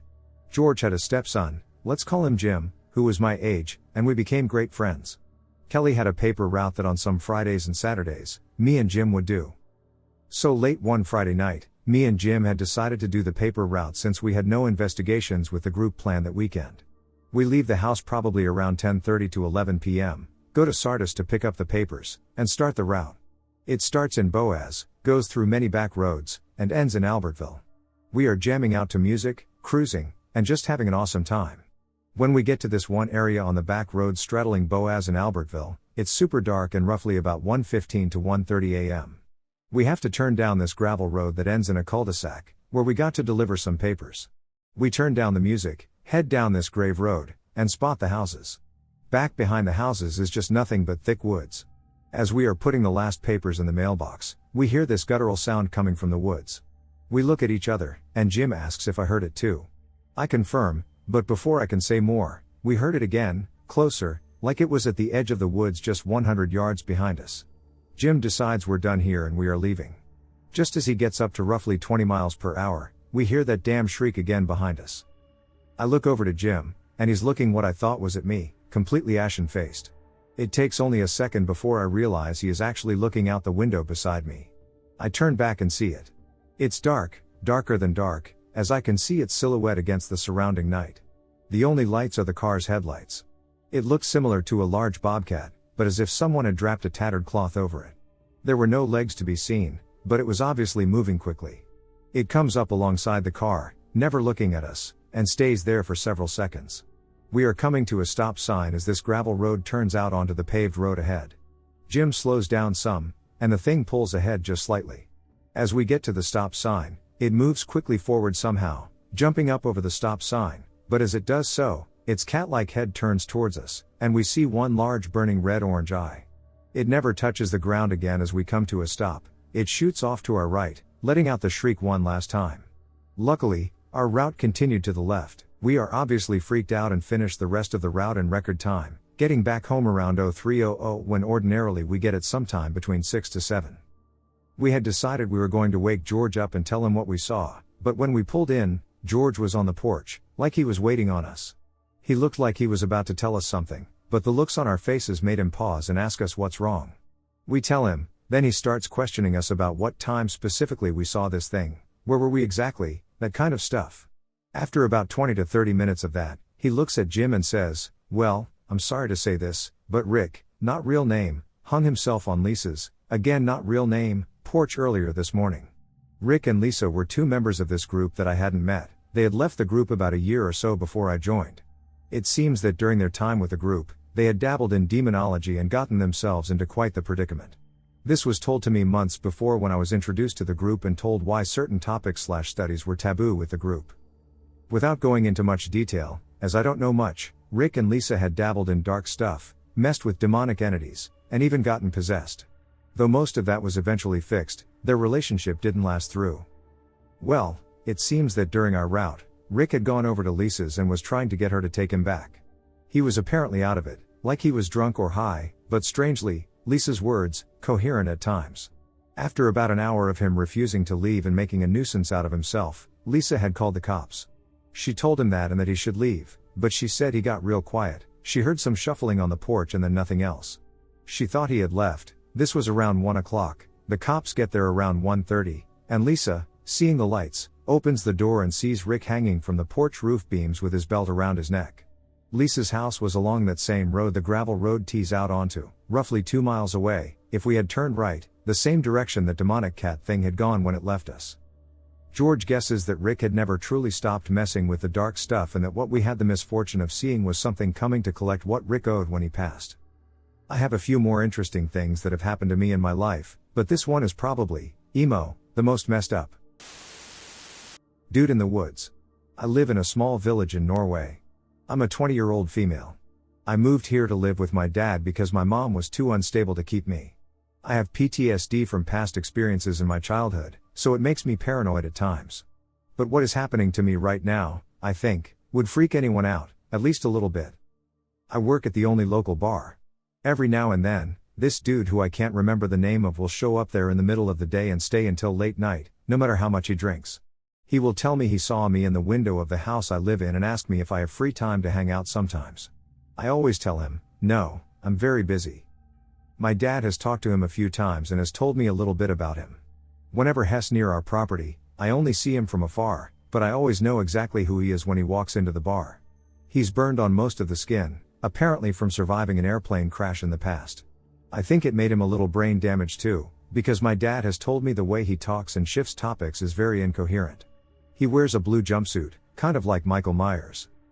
My house is right by the woods, and we have a barbed wire fence surrounding the big property, but that doesn't stop him. He just jumps over. He's very fit for his age and also extremely skinny. Whenever I look out the windows, he's there out in the woods by my house. Tonight I saw him in the front door window. He didn't ring the doorbell or anything, he just stared at me. I'm scared he's going to break in someday when I'm all alone. I often am. I was hiking with 2 other scouts a few years ago. On the 3rd day, we arrived at our overnight camping location, which had a wire fence partially encircling it. That weekend it had been around 39 degrees Celsius during the day, so we decided it was too hot to sleep in tents. So we set up our mats on the grass and arranged ourselves into a kind of circle where our heads were together. We all finished talking and decided to sleep. Little did we know not much sleeping would be done that night. Only a few hours later, we witnessed possums fighting. Although we knew what it was, the sounds that possums make are a little unnerving, a kind of screeching hissing sound. It really put us on edge and no doubt amplified the rest of the night's events. The next set of sounds started around 12 a.m. We'd all been awake watching a distant lightning storm that had ignited some small fires on peaks far away. At some point, a loud shrieking sound began in the distance. The sound would start like a deep rumbling and grow into a full shriek. Each one would last around 30 seconds. After a while, a second shrieker chimed in. This was followed by a third, a fourth, and eventually so many you couldn't count them. We were all awake, but no one spoke. I myself was frozen with fear, thinking that if I didn't move or speak, the sound couldn't find us. The sounds continued until 1 a.m. before abruptly stopping. It wasn't long before I heard the twang of the wire fence, only 20 meters from us at the most. At first I could hear the wire being stretched, twanging as more pressure was applied. Then I heard it snap, followed by a deep growl. Now, being the stupid 16-year-olds we were, we'd set up our beds a good 100 meters from where we left our packs under a sheltered table. We'd left everything in them other than our bedding. Knives, torches, and radios. Anything that could have helped us. With no moon, the place was pitch black, and we had no way of finding our way to our bags, so we continued to lie still. We had a few hours of peace before anything else happened. I had fallen asleep when hooves woke me up. The first thing I noticed was that a thick mist had rolled on. And then I looked up. Above me stood a horse. Now I knew that it was most likely wild and that startling it would cause it to trample me and my friends, so I kept still. For a time I watched more horses collect, moving around and eating the grass. All of a sudden they all jerked their heads up and froze. I followed their gaze to see this light. The light was brighter than a start but fuller than a torch. It moved across the sky, starting from a mountain on the right. It didn't flash, so I doubted it to be a plane. When it reached the mountain on the left, it stopped, just staying still for a while. It then began to move back to its original spot. Once it reached where I first saw it, it abruptly moved up, soon becoming lost in the trees. As soon as the light began to move fast, all the horses turned and ran in the opposite direction. Everything was relatively peaceful for the rest of the night, and I fell asleep. When I woke in the morning, I found myself face to face with a crow. A whole group of them had surrounded the three of us on the ground. So I shooed them off and roused my friends, all of whom had tucked their heads into their sleeping backs, and pulled the drawstrings to close them. We examined the broken fence nearby and observed that the ground had all been churned up around it. We didn't speak about the events for the rest of that hike, having to spend another night out. The second night was also unnerving. That was one of the scariest experiences I've had while hiking, aside from a few encounters in abandoned places. The encounter with a skinwalker. Alright, well, to start, I grew up in a more rural area of Washington state, by the Olympic Peninsula, 10 miles from the Olympic National Forest. I saw this thing when I was 13, so it would have been 11 years ago now. The story itself isn't very long, but the encounter is pretty definitive. My house at the time was a cheap single-story rectangle of a thing stretching from north to south. We had a large yard spread around the house on the east and south, and then surrounding that was a forest and a neighboring lake. To the north was the road, and to the west was our garage/workshop, which was covered in exterior motion sensing, and west of that was a business we owned in a fenced-in series of structures, which is also covered in exterior lights. My room in the house was situated on the west side, with large windows gazing out to see the workshop and the entire business complex, as well as the southwest section of the yard and forest beyond it. I was at the time laying in my bed, which was against those windows. The top of my bed reached the window sill, so it was like I was laying in the window. The bed is laid out, head to foot, from north to south, so the way I see out the window normally when laying down is toward the back of the workshop and into the woods. I was watching YouTube on my TV, which was at the foot of the bed. The time was around 11 p.m. I saw movement outside, by the workshop. Human instinct made me look toward the source. I saw nothing. I paused YouTube to observe. The lights on the workshop wink, and the motion sensors tripped. Now I see it. Clear as day in the light. What must have been a 9-foot-tall man thing. Its limbs are longer than they should be compared to its torso. Its skin is like a pale sickly white. It seemed to have toned musculature, and it was completely hairless. It was aware of the presence of observers. Yet it did not flee. It merely stared right at me, laying in the window. I was paralyzed by this, of course. To have what should be a monster put its attention on you is not so pleasant. And so we watched each other for about 15 seconds. And then our dog noticed it too. The dog was outside, leashing up for her final bathroom opportunity of the day in the yard, and she began to bark up a storm. This unfroze me, and so I left the staring match I was having with the monster and went to the entrance hall door, the west entrance adjacent to my room. My intent was that I was going to go outside and save my dog from becoming what was surely going to be a monster's snack. I threw on my rubber boots and went out into the night. Well, when I got out there, I was alone, excepting the dog, who continued to bark. I stood on the porch and stared around at the back of the workshop and the forest, and it had left. I retrieved my still grieved dog and retreated back inside. I spent the rest of the night unable to sleep, just staring quietly out the window. That night I found out monsters were real. And there is no mistake. 15 seconds is a long time to sear an image forever in your mind. Now I want to say as well that other than personally experiencing this creature, I am a Jesse. And so I've tried to rationalize this my whole life, because I rather believe that most everything in this area of study, aliens on Earth, cryptozoology, myths and legends, and what have you, is nonsense, lies, or explainable through an understanding of human error and psychology. I can't apply that to my experience, though. So I have come up with an explanation that allows me to be okay with what I saw in the context of other people's stories, most of which I still firmly believe are not actual sightings of various things. I hope this will spark something in the minds of others as well. I called the creature I saw that day a skinwalker in the title, but that is only because I like that term the most. I believe you could also call it a Windego. Or a werewolf, or a vampire, or a ghoul, or a yeti, or Bigfoot, or even something like a tall white, and many other names of things.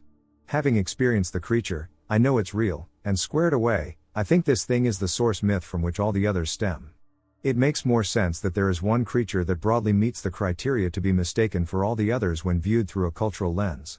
What I saw was hairless, but that doesn't have to be a consistent aspect of the phenotypical features of the species in general. And if there are various states of hair on these things, then it truly can fit most every description of an unknown being out there. And it's a lot more acceptable to think it's all one undiscovered species that humans have been running into forever than it is to think it's many tens of them. Anyway, that's my story and my theory. Boyfriend and I went camping in the middle of nowhere northern Oz. Seriously took us probably an hour and a half of off-road driving to get to this spot we finally liked.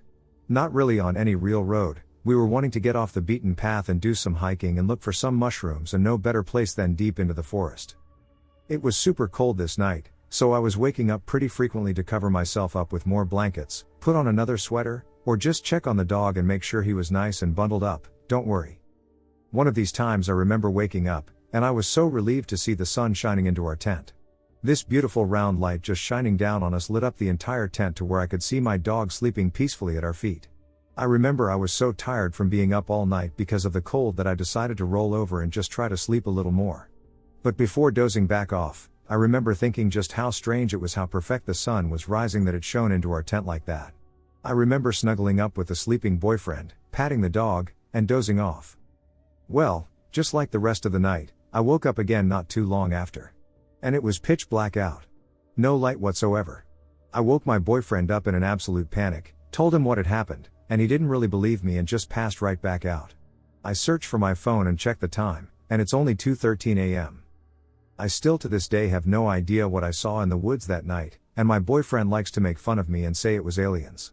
I just cannot get over the fact that we were so far out in the woods, not even on a real road, and the most logical thing I can think is someone stumbled upon our camp at around 2 a.m. and looked around our camp. Put a light on our tent for easily over a minute, just completely silent. Just absolutely makes my blood run cold every time. Never went camping again. This is a true hiking/camping story that happened to me about a year ago. My mom was in the army a long time ago. She did her time a few years past. She felt a void in her heart like something wasn't there, and then she found her love for camping and hiking. My mom is actually a camper, for 6 years now. She has plans every year for her hiking/camping trips. She's been in the army, so being prepared is nothing. She has gone hiking and camping in the summer, spring, fall, and hell even winter in the same mountains. All while my brother is her hiking/camping buddy. And it's to the point that the little town, before you head into the mountains, knows my mom and brother, calling the mom who hikes with her son.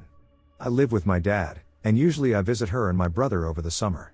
Last year was my last time hiking and camping with her and my brother, and honestly, I hate those mountains and what lies in those woods. The mountains I hike are called Pine Creek Gorge, or in this case the Grand Canyon of PA. The trail that is called West Rim Trail is a 30-mile hiking trail. When I said I hate these mountains, I really do mean it. My mom wanted to beat a new record with me and my brother to hike this 30-mile trail in under 47 hours. I didn't argue and agreed that we could do it. But in reality, I absolutely could not believe my mom. You see, you park your car at the starting point of the trail at the Brady Walls picnic area, hiking this all the way to Rattlesnake Rock. Then you have to hike another 10 miles to get to a little town. That's where we get sandwiches, soda, and our ride back to the Brady Walls picnic area. Where it begins. We had met halfway through our hike. It was getting dark, and we needed to set up camp. Luckily, we were at a campsite made for this. We're up high in the mountains, and had a view. It's surrounded by woods. My mom and I set up the tent, and after that, my brother set up the inside of the tent. We changed into our so-called PJ and set up a huge fire. This helps keep the animals and insects away. Make our food, eat, and then my mom hangs up the food bag in a tree, to keep animals out of our food. It's to remember this food bag. And we settle into sleep. And that's when it happened. I remember waking up in the middle of the night. Pitch black and blurry. I don't know why, I just did it. And that's when I heard it.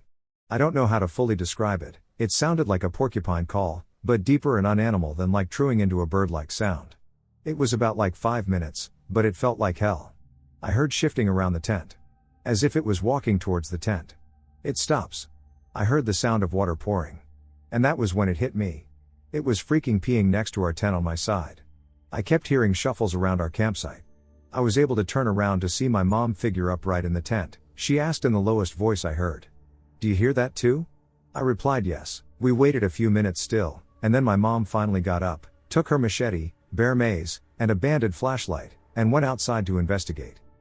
If you are wondering where my brother is at this time, he's still asleep.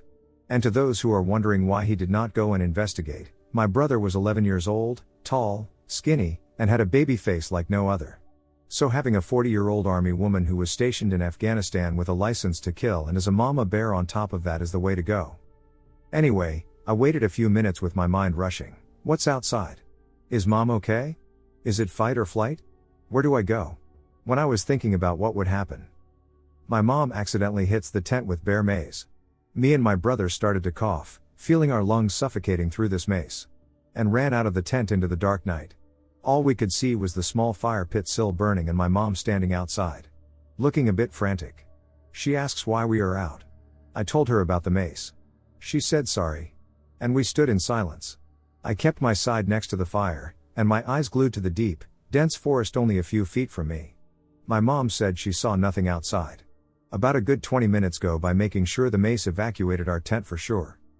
We went back to the tent and laid down. My brother went back to sleep. My mom and I had a hard time falling asleep. The idea that something was there in the woods. Something is waiting for us. By the distance, I heard a pack of coyotes howling and remembered all the skinwalker stories I have learned and heard throughout my life. My eyes felt heavy, and I fell asleep afterwards. When we woke up, the first thing I did was walk to the place I heard the peeing, and it was clear as the day was still wet and smelled like a strong scent of urine. So we get dressed, use the bathroom in the woods, eat, and pack up. And counting to hike the mountains about 11 miles from our last stop. We found a place. It was early noon and lunchtime. My mom asked what we wanted. As she reaches for the food bag, she opens it, and half of our food is gone. She looks wide-eyed and mouth gaping. I look at her, and she looks at me. She said this that sent a chill down my spine to this day. "I wasn't very honest with you, kiddo.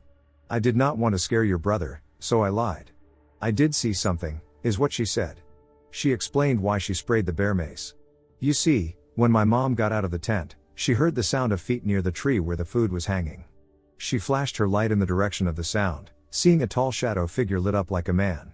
She of course does the thing attack first, ask question later with the bear mace. It fled towards the tent. My mom kept spraying the mace till the thing ran into the woods, not on the trail into those dense, dark woods. Before we got out, she went back to the tree and saw the bag swing in there, thinking nothing of it. "I think it was just a man messing with us," is what my mom always says. But I think it was something else, the strange sounds, the tall figure, how it made no sound of coughing when my mom sprayed it with bear mace. How we are in the middle of the mountains where no other soul is around. And if it was a man, why make those sounds? Be next to the tent. Still our food? You need hot, boiling water in order to eat that. We finished our hike, and I did what I usually do. From the bridge that separated us from the town, I crossed it. Shout towards the mountains and how much I hate them. And then turn around, walking to the town. The woods are a place filled with beauty and fear, and luckily I left those woods unharmed. I was on a 5-day backpacking trip in the Bob Marshall Wilderness in western Montana. The area is huge with hundreds of trails and has a portion of the Continental Divide Trail running through its boundaries. While it's a classic Montana hiking spot, the large area and number of trails make it so you can go a couple of days without running into someone. We were on our third night of camping, 30 miles into an area near a massive limestone cliff known as the Chinese Wall. All was going well on the trip, and myself and my two girlfriends felt pretty safe out there, as we had no reason to feel otherwise. We had bear spray with us and are all experienced hikers. Anyways, we go to bed in one tent, no rain flap on, so you could see in and out of the tent clearly. I woke up around 4 a.m. to the noise of someone walking around outside the tent. I was sleeping on an outer side of the tent and could see his figure clearly in the moonlight. He walked around for 10 minutes, not really doing anything but staring at the ground. Meanwhile, my friends are asleep, and I am absolutely frozen with fear. I could not move. I had my bear spray next to my sleeping bag and slowly pulled it close to me, in case this dude was going to do something crazy. I thought he may have been lost or looking for his friends, but he had no pack on and was wearing shorts and a long sleeve, but still light shirt, in the middle of the cold night. Something was off for sure. The next thing I know, he is crouched next to our tent on my side, literally inches away from my body, staring in at my sleeping friends and me. I gripped that bear spray so tight and took off the safety, ready to straight up blind this guy, and now that I think of it, probably also myself. He lingered for a while. It felt like forever. I could hear his breath hitting the screen of the tent. I can still picture his glasses and sharp, straight nose. About 40 years old. Eventually he gets up and stays at our campsite for a while. He didn't touch our packs or anything, he just stood there. I decided after I could no longer see him or hear him to get out of the tent with my bear spray and make it loud and clear that I was not afraid to royally duck him up. Got back in the tent and didn't sleep another second. In the morning I told my friends about what happened, and they, of course, were freaked out. But we pushed on to the Chinese Wall, which was beautiful, and ended up having a great trip all things considered. We for sure were watching our backs the last couple of nights, though. Another scary part of this story is that my bear spray actually ended up being defective. The nozzle where the spray comes out was left out in manufacturing, but I did get some free bear spray out of this. Duck that creepy dude, whoever he was, 30 miles into a wilderness area with no gear, peeping into tents. I spent a lot of time outdoors, but I haven't really had any experiences that were really truly terrifying in the most common interpretation of that feeling. No, the scariest night ever spent in my tent was because of how utterly normal it was. One night in mid-September, I was wild camping somewhere in the Montana wilderness. I was pretty far out there, probably 50 miles from the nearest town in any direction.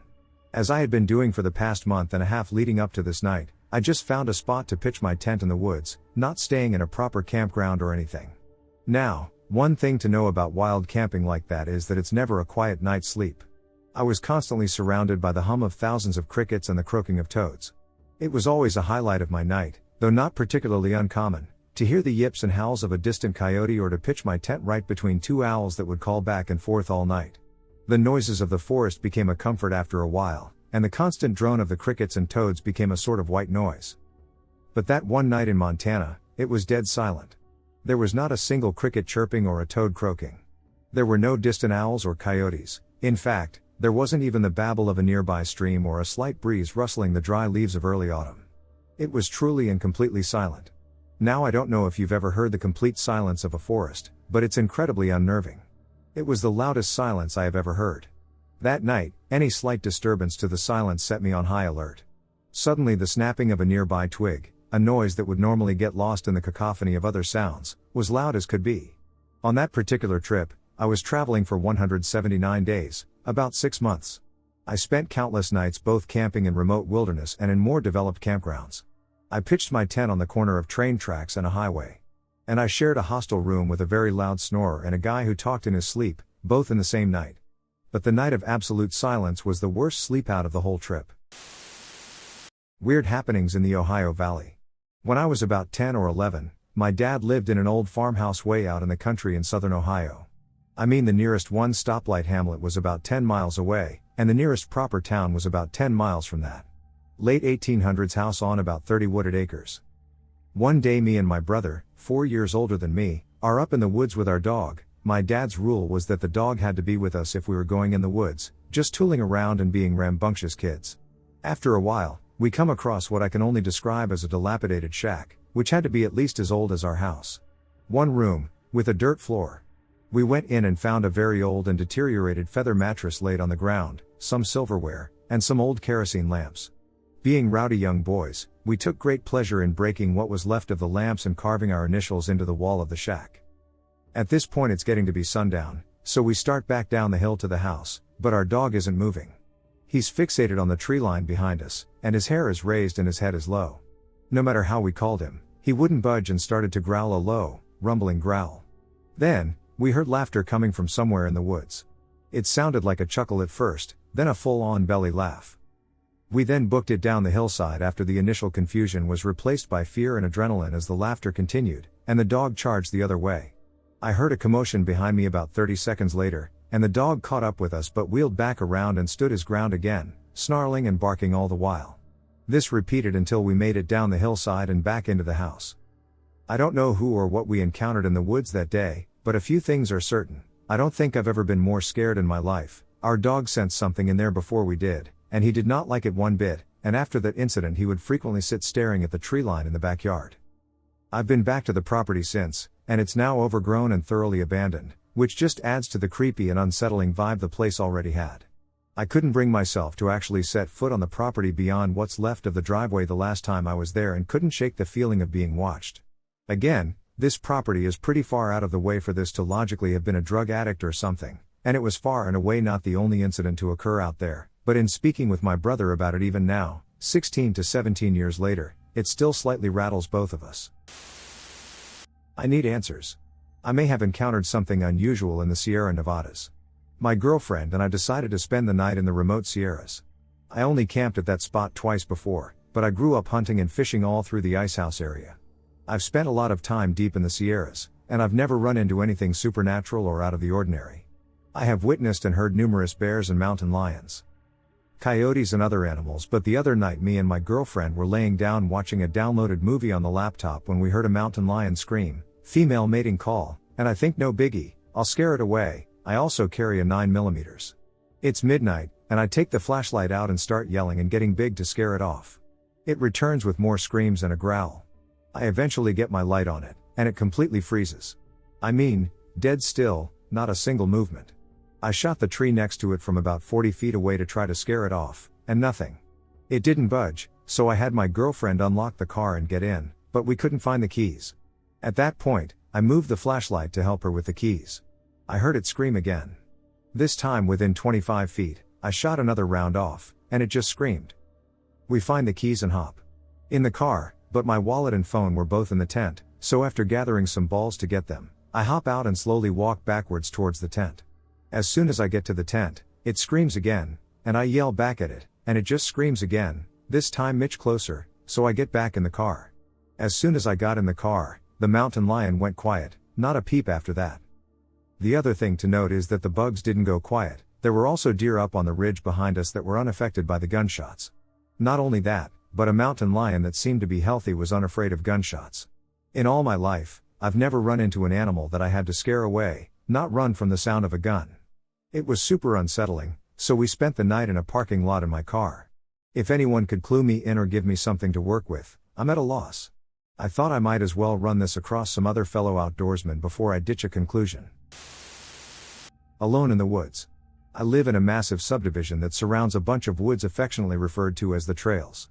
I suppose the people who own it left it untouched in case they wanted to add more streets.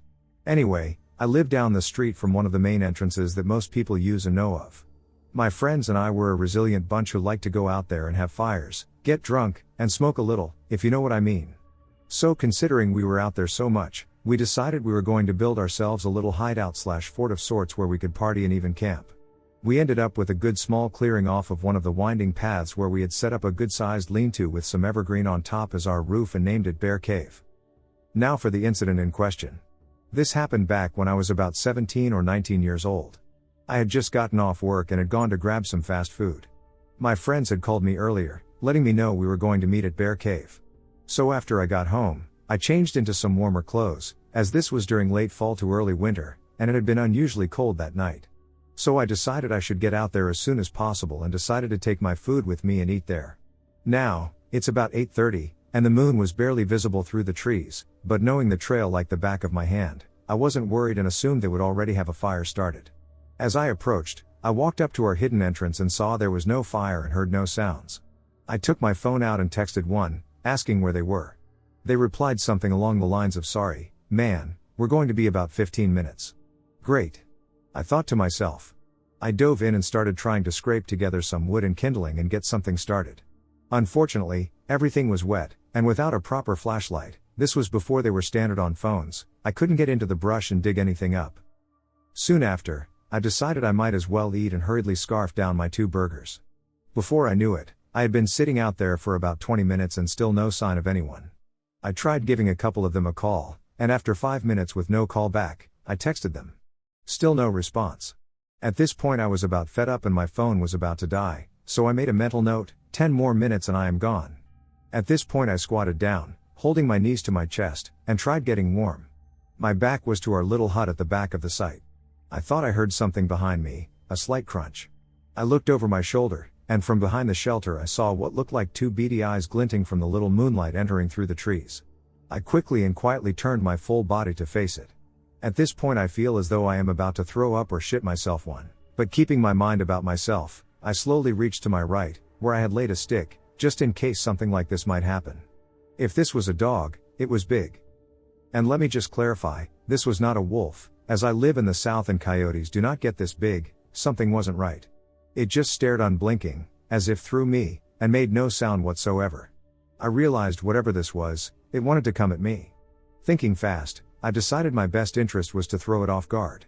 I threw the stick, and without seeing if it made contact, I turned and ran swiftly out the entrance, expertly placing my feet in all the safe places through the trail, assuring I wouldn't trip while maintaining max speed. I didn't stop till I saw street lights and was safely on the road.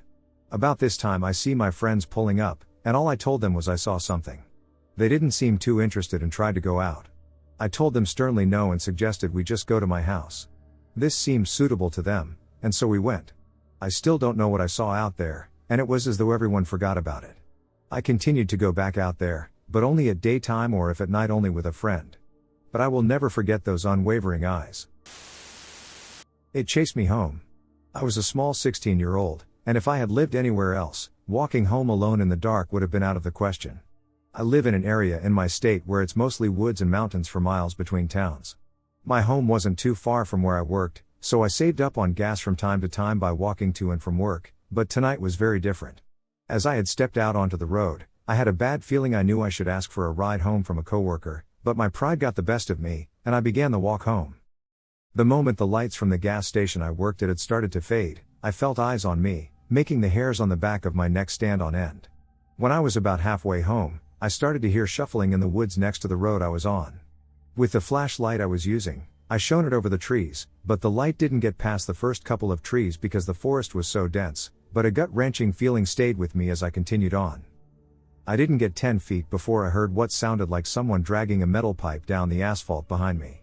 I dared to look over my shoulder to see a lumpy, short figure standing where I had previously stopped.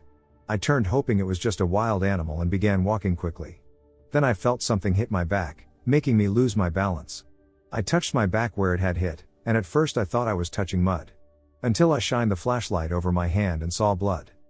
I looked behind me and saw half of a dead squirrel on the ground. I looked back up to the thing, and it was now standing upright. It was impossibly tall and skinny. I froze, unsure what to do. It knew I was there, and judging by its height, it would catch up to me easily. Sweat began to form on my brows as I turned around slowly and then ran as fast as I had ever run in my entire life. I didn't look behind me once, but it let out an inhuman screech as I stumbled up my front steps and slammed the door shut behind me. That damn thing ruined my coat with blood, but I'm glad that's all I lost that night. This happened back when I was roughly 19. My best friend at the time and I were practicing witchcraft, and on this particular night it was the beginning of a full moon. There were some thick wooded areas in the small college town we lived in that were well known as being the secret hangout spot for the college kids because it had a large, secluded clearing at the end of a forked hiking trail that was only accessible after crossing through a park and 2 wooden bridges. Imagine a wishbone shape with the clearing at the far ends. We thought this would be the perfect place to go set up shop and do some witchy rituals, as we'd been there plenty of times before and knew both sides of the trail decently well, even in the dark. So we pack up our supplies in her milk crate and head to the park. After parking, we started the walk from the parking lot to the first bridge. On the way to it, you have to pass by an outdoor theater that's usually completely empty, other than the occasional group of college students not wanting to make the 30-minute walk out to the clearing. But this time there was a man I'd never seen around town before. He appeared to be homeless due to his dirty and weathered clothes, with a bicycle leaning against a wall that had bags of junk hanging from it and a basket on the back stuffed with more junk. He was sitting on the stage of the theater with his back to us and his face in his hands. A homeless man hanging out in the park may not sound odd, but this was a very small town, and homeless people were definitely noticed when there were ones. Since his back was to us, we figured we could slip away without him noticing us, so we did and continued our hike out to the clearing. We got out there without issue and began setting up as the full moon was almost right overhead. We start on our work.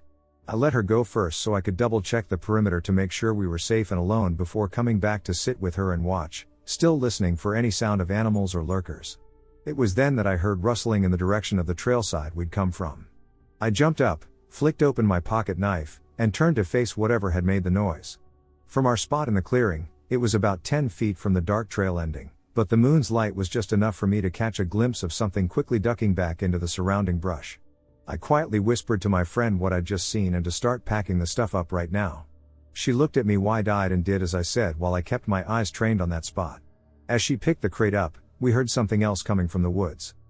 It was quiet but gruff laughing. I shouted at the sound that they needed to FCK off and that I was armed, but whoever was watching us just laughed louder. My friend started to panic and hissed to me that we needed to go, but the only other way out was the other side of the trail that we didn't know as well. The sound of more twigs snapping and rustling as whoever it was started to come out of their hiding place made up her mind though, and she took off towards the other side of the trail. As she did, I heard the tearing of more brush, like whoever it was trying to fight their way through the dense area to cut her off. Her safety being my biggest priority, I followed after her, but when I started running, the noise got quieter, not gone but like the person was taking their time getting through. We'd made it a quarter of the way down the trail, hearing the occasional twig snapping or bush rustling along the way, before I turned my phone's flashlight on so we could hopefully get down the trail faster without tripping.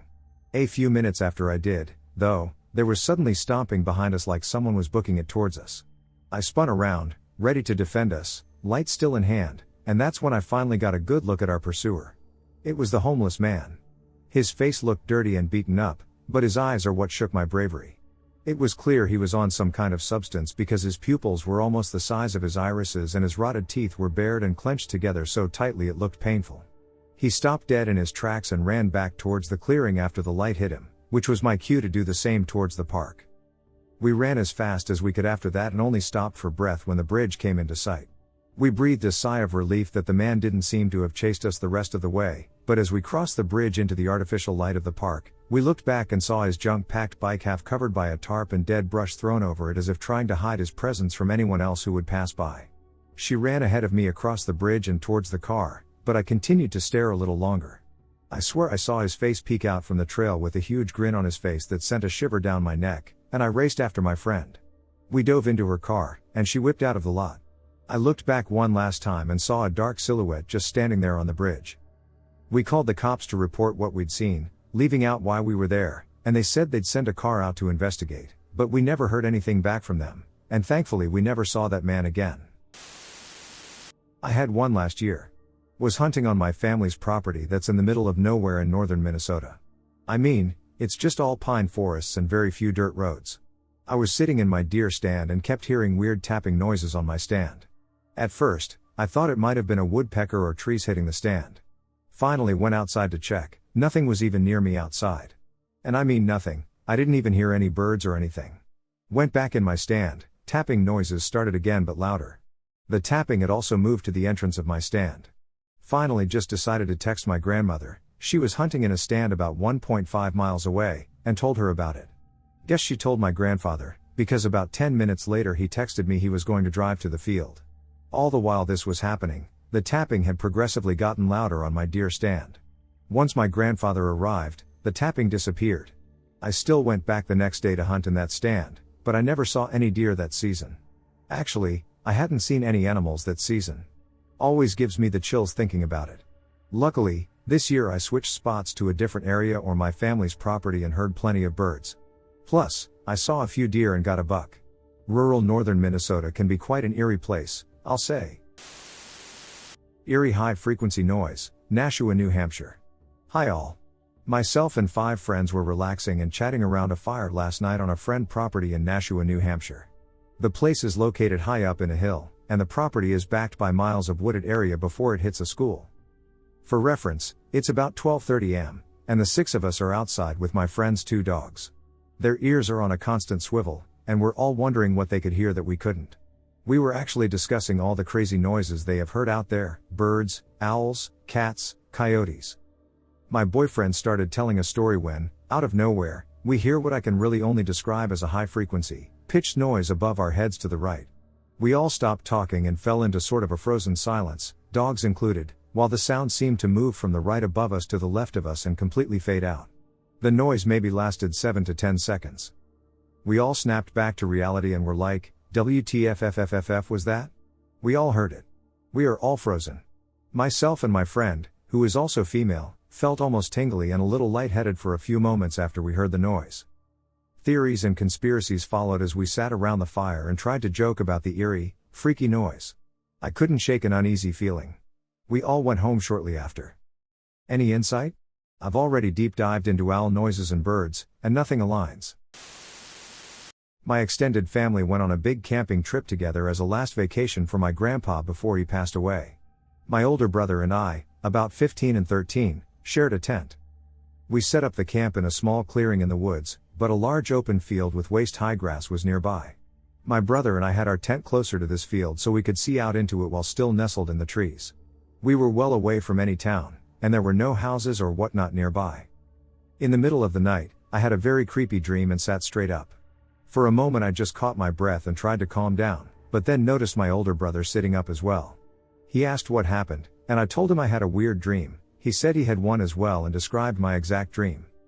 We both dreamed we were watching out the tent window while a woman walked out into the middle of the field and, with a very piercing voice, sang a song that started beautiful but became creepier and creepier as she slowly turned to first face our tent and then begin approaching it. We both woke up when she got close enough to see her face, which was screwed up and looked pissed. He even described exactly what she was wearing and everything. We opened the tent window and checked out, but nothing was out there. We still weren't able to sleep, and the next morning we moved our tent to the opposite side of the camp. I will always remember it vividly. I don't really believe in ghosts, but I have no clue what happened to us out there. Camping in southwestern Pennsylvania, circa 1980, the attack of the Narf. We were camping in the woods in southwest Pennsylvania. We ate around the campfire, and then everyone split off to sleep about an hour after dark. About midnight, I was awakened by the sound of something large moving through the vegetation nearby. The largeness was estimated by estimating the size and strength of various branches as they were being snapped, and the occasionally very bass footfall. Then, so damn close to my ear, I completely freaked. Narf. I was about as startled as I've ever been. How the hell can it sound so close? I can't see anything. Where is it? More importantly, WTF is it? Then some more movement. As I replayed the sound in my head, searching for a clue, I remember asking myself, did it really make an end sound? Narf? Really? And then, as if for my benefit and further torture. Naf. JTFC, what the hell is it? I tried to think where I had last used a Bowie knife at the campsite. I was pretty sure I had left it by the fire, about 10 feet away. I started to amp up my adrenaline as I contemplated whether I should dash for it, creep toward it, or just stay put. Then more movement, then Narf. I survived the night. But I never got any closer to knowing what animal makes a Narf sound. If you happen to know, I'd love to hear about it. Stranger on the camp road. This story happened to me when I was 15 years old, when I was a staff member at my summer camp in upstate NY. The end of summer camp is always a large celebration. We take advantage of no campers being on property to live it up for the last night of camp. The last is always one of joyous melancholy, where you simultaneously have a blast drinking with your best friends in the world, but you also know you're about to barely see any of them for another year. This summer, we replaced a large number of buildings in one of our subcamps, including the main camp's office building. The last night of camp, we made the biggest bonfire I've ever seen out of the rubble from the office building. The fire was spread across the turnaround point in the center of camp. You couldn't get within 25 feet of the thing without feeling like your clothes would spontaneously burst into flames. The night was fun for the first few hours. People were laughing and drinking and taking pictures posing in front of the huge bonfire. It was one of the rare times the 3 subcamps got together and socialized with one another. I was hanging out with some friends from the main subcamp. I was from the smaller subcamp toward the front end of the property, probably a little over a mile away from where we were now. I was offered my first end of summer victory cigar, which we smoked happily as we stretched out on the ground, the cool summer night making the perfect complement to the roaring blaze that burned before us. As the clocks turned to midnight, the staff from my camp was preparing to go. Calls of "to the bus" ripped through the air, and all around me, my fellow staff got up to leave. However, the guys I was hanging out with asked me to come back to a campfire with them for a while before going back to my camp. Having never really had the chance to hang out with these guys during the summer normally, I pleaded and eventually convinced my program director to let me stay for a bit longer and I would walk back on my own. It took a bit of convincing, but eventually he agreed. The second campfire I went to was a lot of fun, but the only important part happened at the end. I was pulling on my sweatshirt to start my walk back when one of my friends, we'll call him Dan, put a hand on my shoulder. "Hey man," he said slowly. "You sure you don't want to stay here tonight?" I shook my head. "It's not a long walk." "I know, but..." He trailed off into silence. He actually sounded kind of scared, so I turned back around. I was shocked to see worried faces staring back into mine, their features exaggerated by the light of the flames licking the air around them. I asked them what was wrong.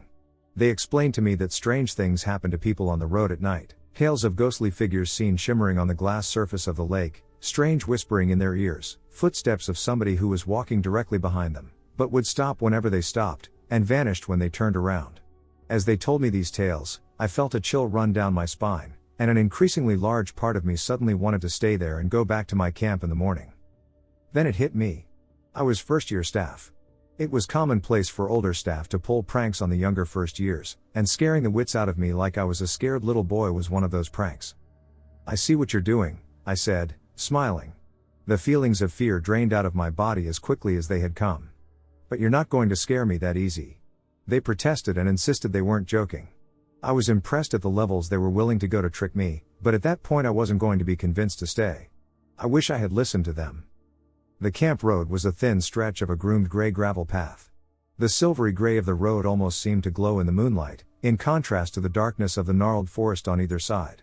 To my left, the forest rose up into one of the mountains that surrounded our camp, and to the right it dropped off a slight cliff into a copses of thick woods and swamp. The walk started off simple enough. I passed the sign to the archery range on my left, the first sign I was leaving the main camp area. Next came the camp turnaround, where the fire had been. There were still a few stragglers by the now mostly smoking mountain of wood, making sure all traces of it went out before they went to bed. I waved at them as I passed, but I'm not even sure if they saw me. I didn't use a flashlight when I walked around camp normally. I preferred to let my eyes adjust to the darkness. I walked past the turnaround, the road bent to my left, and the last vestiges of light were lost behind me to the endless inky black of the woods. Pretty much as soon as I left the office fire behind, things started to get strange. Try as I might, I couldn't get out of my head the stories my friends told me about the camp road at night. The one that was particularly getting to me was the silent stalker, the spirit who would match your footsteps exactly. If you walked, he would walk; if you stopped, he would stop; if you turned around to face him, he would be behind you in the opposite direction. And if you ran, he would chase you. As I thought about the silent stalker, I could hear a second pair of footsteps behind me. They were close, so close to me they could be breathing down my neck. My body tensed, and I fought to keep my growing fear down. The night was oddly silent. The normal creatures of the night had apparently vanished, replacing the sounds of the woods with an eerie silence. I picked up my pace, and my follower picked up the pace behind me. Somehow, as close as the footsteps had seemed before, they were even closer now. Any second I would be snatched and pulled into the forest by some unspeakable horror. Or. Despite myself, I whirled around. There was nobody there, just the creepy, pearly glow of the road stretched out before me. "Very funny, Dan." I called out, my voice echoing off the mountain to my right. "Very funny." Echoes off the mountain. That's all those second footsteps are. Just echoes off the mountain. Even though I knew it was a lie, it made me feel marginally better. All the same, I decided the silent stalker would have to jog to stay up with me. As I jogged, the lake side of the road came up on my right. This made me feel slightly better, as the openness of the lake provided a good deal more light from the moon. It also meant I was more than halfway back to my camp. So close to my bed and my friends, and away from this creepy, dark road. I continued to hear my stalker behind me. I was doing my best to ignore him. But then something changed. The footsteps behind me vanished, and instead I hear the crunch of dead leaves in the woods on my left. Refusing to turn towards the sound, I kept my jog, as heavy footfalls in the woods to my left continued to pace with me. It was an animal, it was an echo, it was somebody trying to scare me. Every excuse in the book that prevented me from facing the truth was whirling around my mind at once. Screw jogging, I started to sprint now. The thing in the woods kept pace with me, running and running. I couldn't outrun it, it was going to get me, whatever it even was. As I sprinted, despite my mind screaming to the contrary, I whipped the flashlight out of my pocket and pointed it toward the woods on my left. There, larger than life, was a man. Or, at least, it looked like a man. To this day, I'm not sure. He was clad in red and black flannel and blue jeans, his torso was facing completely towards me as his huge arms swung from side to side like large pendulums as he ran alongside me. His face was wrong. It was splotchy, like it was melting. There were no discernible features, no eyes, nose, lips, or anything. But the second I looked at its face, my blood turned to ice. My limbs suddenly failed me and turned to jelly. My knees buckled, and I collapsed onto the road, a flashlight spinning out of my hand and skidding across the road in front of me. I groaned in pain. I rolled over and felt warm blood from my knees and legs and my hands.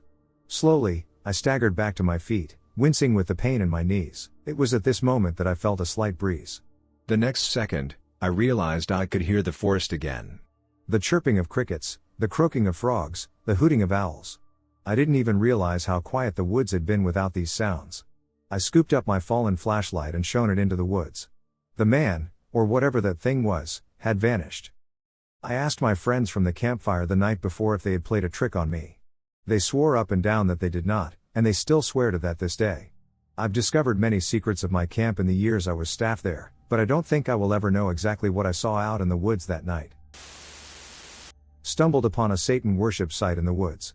Summer of 2003, I was 13. My neighborhood friends and I would often ride our bikes through the trails in the woods behind our housing development. A few hundred meters into the woods, there was a river with a creek that branched off from it. In the crotch of the fork there was a small sandy beach with lots of shade from the surrounding trees that we used as a hangout spot to cool off from the oppressive Florida summer heat. We rode up on it one day, and there was a full-blown satanic worship site set up in our spot that seemed to have been recently abandoned. There were a few red candles, extinguished, in the trees, a pentagram tapestry hanging from tree branches, and worst of all, underneath the tapestry were mutilated corpses of what appeared to be rabbits and squirrels. I had been hunting a handful of times in my life before this, enough to know that the blood appeared to be somewhat fresh. The three of us just stared at the scene transfixed for, I don't know, how long, until one of my friends finally said, "We need to get out of here." That snapped us out of our trance, and we immediately turned around and booked it back down the trail in the direction we came. I've never been more terrified in my life than that bike ride out of those woods. I was expecting something to be lurking behind each and every tree we passed. After what seemed like a lifetime, we emerged from the woods and back into the relatively safe of our suburban streets. We peeled into our closest buddy's garage and quickly shut the door, locked all the doors in the house, and went into his upstairs fun room and just sat and watched a Chappelle Show marathon on Comedy Central for 2 or 3 hours in complete silence, each of us mentally processing what we had just experienced while we waited for his parents to get home. Not necessarily paranormal or supernatural, but it freaked us all the duck out regardless. I get chills thinking that we were probably in close proximity to a very ducked up person or group of people. I doubt the owner of the tapestry would have just abandoned it there, as it seemed quite detailed and intricate.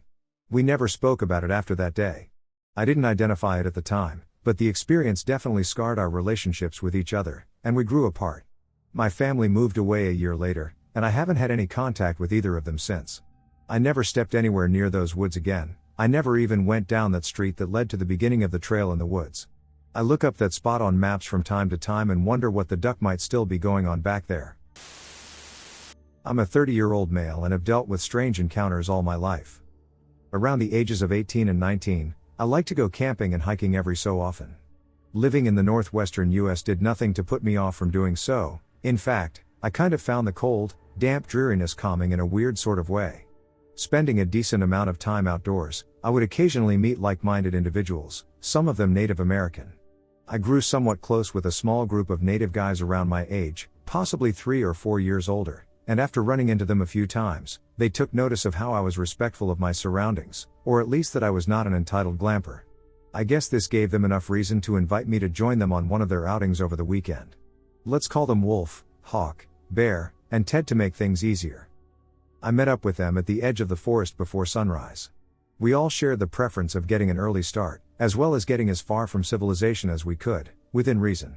We hiked between 30 and 60 minutes before we found a decently wide, flat area and set up camp. The remainder of the day was spent drinking lightly, sharing past experiences, identifying bird calls, and listening to some of their cultural stories and legends. It was well after sunset when the event occurred. Wolf got up to answer the call of nature and wandered off through the trees. After he was out of sight, I decided that I might as well take care of my own burden, having hoped that it could have waited until morning. Up until then, I made sure to let the rest of them know that I was going number 2 so they wouldn't worry if I was gone for longer than our other companion. I ventured out farther than I would have had. I needed to take a leak, not wanting one of them to stumble upon me while in the middle of my business. I had just done my belt up and turned to return to our campsite when I thought I heard something in the distance. I frowned, tilting my head and straining my ears to see if I could catch whatever it was again. "Help!" someone cried out. It was soft, so I couldn't tell exactly which direction it was coming from, but it sounded like a male's voice. "Hello?" I called back, eager to lend a hand to anyone who was lost or possibly injured. "Help!" the voice repeated, a little closer now. I took a few steps in the direction I thought the voice might be coming from, sweeping my flashlight around the area. "Are you lost?" I shouted into the darkness. "Lost," was the reply, echoing closer than before. I found it a little strange that they responded with one word, but maybe I had missed the rest, or possibly they didn't know English very well. Either way, that was enough for me to take a few more quick, determined steps towards the voice, but I was stopped dead in my tracks by the next thing I heard. "I'm loudest." It shrieked, drawing out the word in what sounded like a human yelling mixed with the high-pitched scream of a deer or an elk. I felt goosebumps raise wherever they could as I muttered to myself, "What the hell?" I took a couple more slow steps, my flashlight darting from place to place until I heard twigs and brushes being disturbed from the direction of our campsite. I whipped around while drawing my hunting knife to be met with the sight of Wolf wearing a stern but concerned expression. I relaxed and sighed in relief before trying to explain about the voice I heard and how we should go out and see who or what is out there. He just grabbed my upper arm and stoically began dragging me back through the trees. I didn't resist, but I kept trying to make a case for at least attempting to rescue the person out in the woods. His response was chilling. "I heard them too. Ain't no person out there, man," he mumbled. I was too dumbstruck to say anything else until we got back to the rest of our group. Once within sight, they began clapping and hooting a little, raising their cans of beer as they shared a laugh. "Windego almost got the white boy, did he?"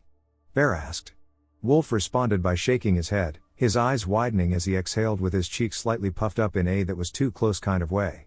At this point, I'm sure it was one of their friends helping them play a prank on me, so I called them out on it.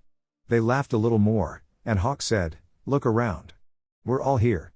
It was true that the 4 of them weren't really social with many others, but I was convinced that wasn't proof enough. What happened next was. We had been talking about this for nearly half an hour before they all froze, then sprung into action, dismantling and packing up camp faster than I had ever seen, almost as if it were a sport and they were star athletes. I tried asking what the hell was going on, but all I got was Hawk hissing, "Listen." Not even slowing down in what he was doing. I stood still and tried to tune out all the rustling, thumping, and clanking as best I could. Eventually my ears picked up on something. It was a kind of deep chittering or clicking, similar to the sound Predator makes, coming from the same direction I had gone to use the facilities. I was only standing there for a few seconds before I was snapped out of it by Bear handing me a length of rope with a D-link on the end. "Hook it on your belt. Can't afford getting separated," he said, his eyes focused on the brush past me. I took it and did as he said, following them to the side of the camp closest to the way back to our cars before they threw a couple buckets of dirt over the fire. As soon as it was smothered, Wolf said we needed to get out of the forest as fast as possible. We didn't run, being hooked together and all, but we walked quickly and half-jogged the whole way, turning what had been around a 45-minute journey before into a 20-minute one. The mood seemed to lighten up immediately after we emerged from the forest, the rest of them laughing and catching their breath as if we had just come out the other end of a perilous ordeal, me still feeling a little lost on what just happened. We set up camp again on the grass near our cars, no fire this time, just lanterns. Once we were all settled, I asked Wolf if they really thought Wendigos were real and if there had actually been one out there hunting me. They all went quiet as he explained. "The truth is, we don't exactly know what it is," he said with a shrug. "All we know is that they use the voices of people or animals to lure their prey, then." He clapped his hands. "They ambush it. I felt a bit queasy, wondering how close I had been to being attacked. A new thought came to mind. I get that it calls for help if it knows people are around, but what was that noise before we packed up? He looked back at me grimly. That's how they communicate with each other. I shuddered, further disturbed by the thought of more than one of those things stalking me. We spent the rest of the evening trying to recover what little good vibes were still to be had that weekend, talking about how we would circle around to a far part of the woods to ensure a good distance between us and those things. Unfortunately, our spirits were severely dampened by yet another cry from the woods. "Why won't you help me?" It screamed, jarring us all out of our mirth and forcing us all to lock our eyes on the tree line. "Huh. They followed you all the way here," Bear quipped before turning to look at me. "I guess they have a taste for white meat," he said with a grin. "Don't worry," Wolf said quietly, gesturing to our surroundings, "there's no cover here. They won't leave the forest." My eyes didn't leave the trees. "You sure?" I asked. Out of the corner of my eye, I saw Wolf nod his head to the side slightly. "Pretty sure," he replied, a hint of doubt in his voice. Needless to say, I slept in my car that night. There's a ridge/bush land close-ish to my house. It's a massive area of bush with many different tracks and trails, so you can feel very isolated relatively quickly. There's a small pinnacle area that is a bit clearer than the surrounding bush, and there are large boulder-type stones at the top of the pinnacle area. I used to walk my dogs up there, and there's 2 trails that go near where I had my experience. I no longer use those trails and would never enter the area after dark. It's a hilly section, with no trails directly through it. The first few times I walked on the lower trail, and both of my large, assertive dogs were walking right next to me, tails between their legs, looking straight up the hill. Creepy, but new trails that I didn't know well yet maybe made me uneasy. Then I tried another trail. Dogs had the same weird-ass scared reaction, both staring off into the trees. I look in there and realize I'm on the rear walking trail, and where they're hyper-focused is exactly the same place as the other days they behaved strangely. Freaked me out a bit then, and I decided to avoid the clearing/area completely. No other walking trails had any strange canine reactions. Fast forward to midsummer. It's hot as hell and gets dark later, so I went for my run as late as I could. I turned down the trail at the front of the clearing because it's the shortest trail and it's getting dark. No dogs, too hot for them to run. I got this insane being watched feeling, and my skin was absolutely crawling. I realized where I was, and I honestly felt so much panic. I froze up initially, even holding my breath so I could hear whatever was there. Once I made my feet work, I ran as fast as I could back towards where I'd come from, closest to my car, and I could hear something moving through the bush behind me, and I could sense it catching up so quickly. I ran out onto the feeder trail, where it's a bit cleared. I was staring in the bush, and there was something there. It was tall, but it didn't make much noise while it moved. It wouldn't come out onto the clearing, and it was basically pacing behind the tree line. I felt dread. I genuinely felt like I was going to die. It was horrible and terrifying. I've Googled the area and Australian indigenous lore. Nothing feels like what I felt. When I discovered the skinwalker, it resonated with my own feelings. The descriptions from lore felt 100% like what I'd experienced.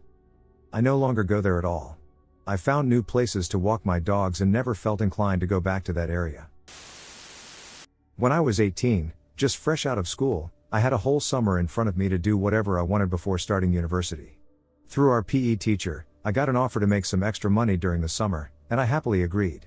The job was being a counselor at a children's camp for the summer. Watch over them, organizational tasks, hiking, etc. It was my first job, and I was happy to make money for myself. Also, me being 18 and receiving the oldest group, 15 to 16 years old, was a huge bonus to it. I was young enough to understand them but older enough to be respected and listened to. The first shift was mild, not many things were happening. We were getting used to the job and the kids, so the occasional I saw someone staring at us from the forest complaining from the kids was taken not too seriously. We just thought they have a hard time getting used to the territory because most of them were city kids, and unlike us growing up in the region, they had no idea how active the forest gets during evening/night time. We thought they were scared of some animals that were coming too close to the territory. Now, as I said, the first shift was mild. We didn't really take the complaints from the kids seriously. Then my friend arrived to work with us for the second shift, when the new kids arrived. And it went all to shit. I just want to scream typing this down because the memories are still sharp and bright. Anyway, this friend of mine was a huge chunk more into all paranormal. I knew for sure his grandma was a weird woman. She always knew when to stay calm and what people were going to do up front, like she was told ahead of her interactions during the day. She was always ahead of people. We were neighbors, BTW, so I remember her from a small age up until I got 15 to 16. She died later, sadly. So this friend of mine probably was educated by his grandma on how to use tarots. He was good. Like damn good. I will not get into details, but he could tell quite a few things about people he just met and their family, just by throwing a few tarot cards on the table. The day this friend of mine arrived and we used the cards for fun, it all started. I believe that he was like throwing fuel to the fire. He always gathered people around him, and kids loved him. Extremely strong energy. Even now he has a very warm aura, though he's not practicing anything for years already after this story. It started small. We were woken up one night from a bloody scream from the middle house, with the smallest groups. Immediately we ran outside to the kids, and after a few minutes of calming them, they said that someone was hitting the windows. All of them. We talk about maybe 10 to 12 rooms next to each other and the same amount of windows. Around 3 to 4 of them had broken glass in the corner, and we couldn't understand how someone could hit all those windows at the same time, shattered some of the glass, and managed to run away without us noticing it. It was either 10 plus people involved, otherwise, it was physically impossible because we were outside in 10 seconds or even less. The building is at least 30 to 40 meters long, and there's a huge fence right next to it, so even if it was a few people, we would see them.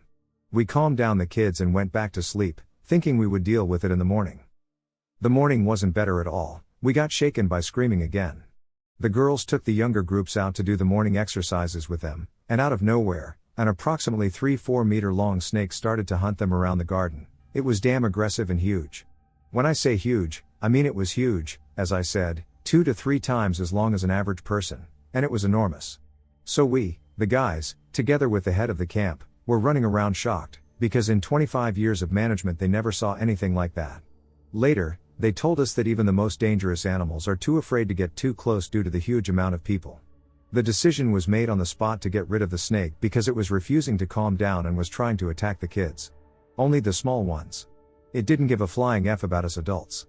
We got some strong sticks and started to hunt the snake. Finally we managed to pin it down, and it suddenly just died.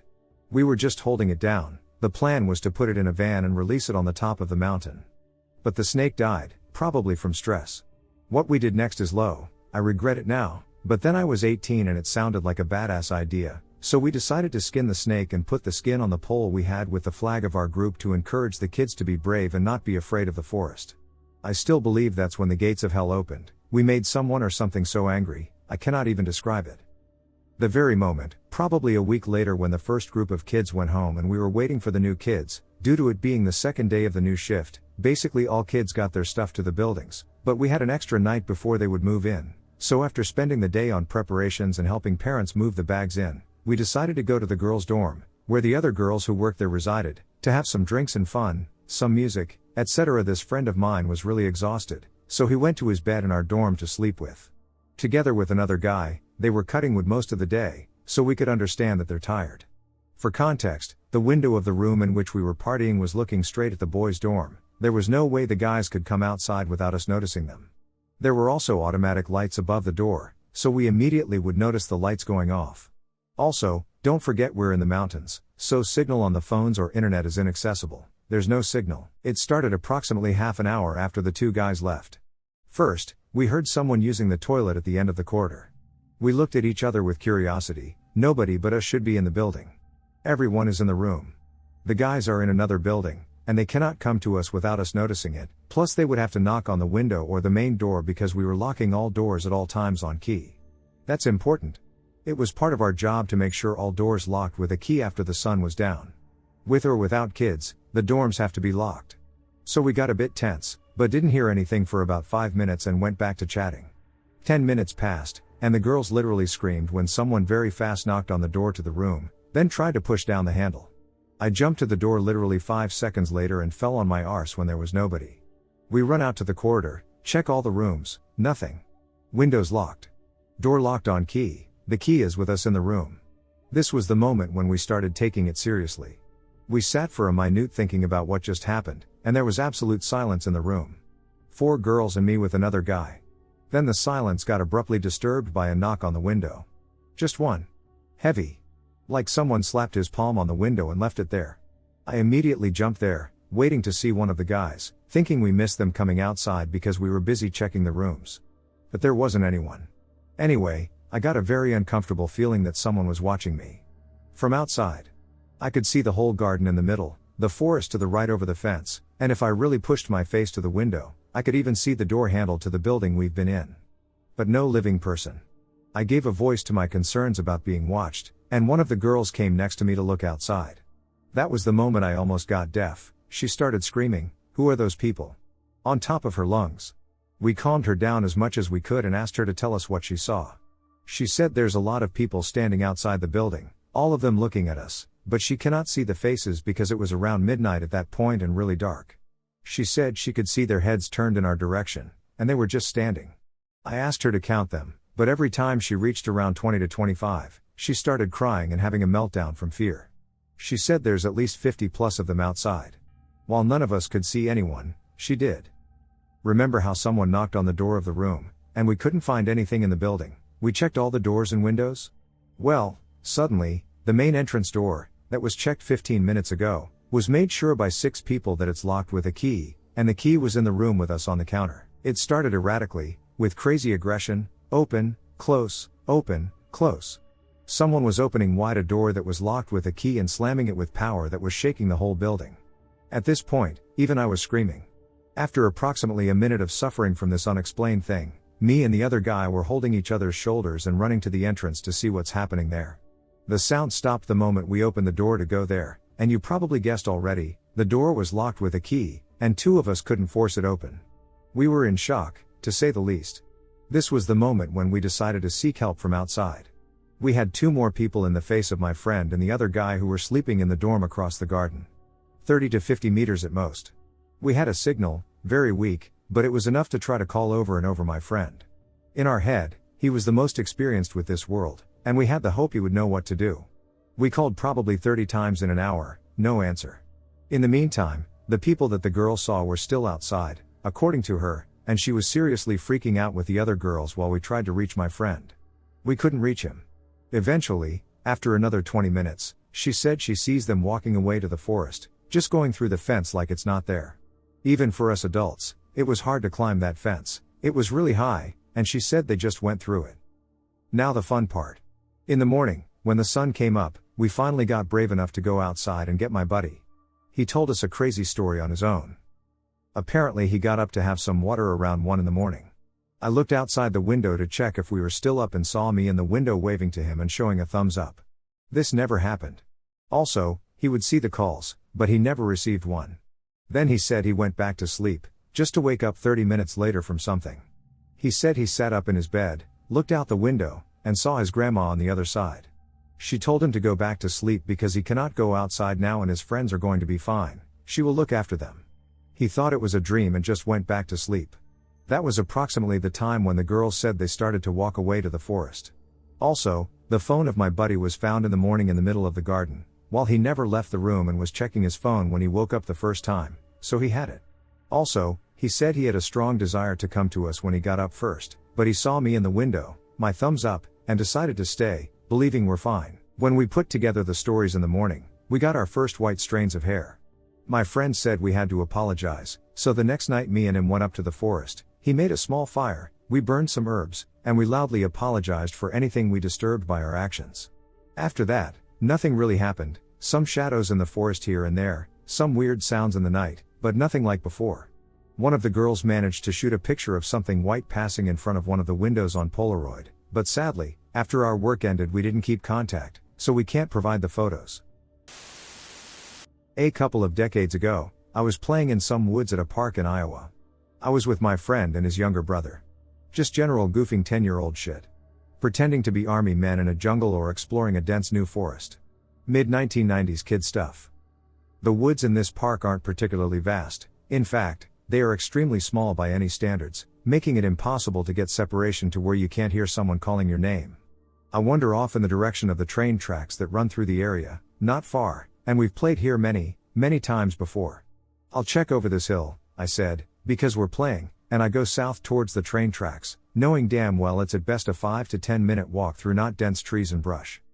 And suddenly I was lost. I mean, I went from knowing where I was to not having a ducking clue where or what I was doing. The only thing that mattered was that I wasn't heading south anymore. I was walking east in very open grass to this chain link fence that was maybe 30 feet in front of me. No wire on the top, the fence had a patina about it but was otherwise in immaculate condition.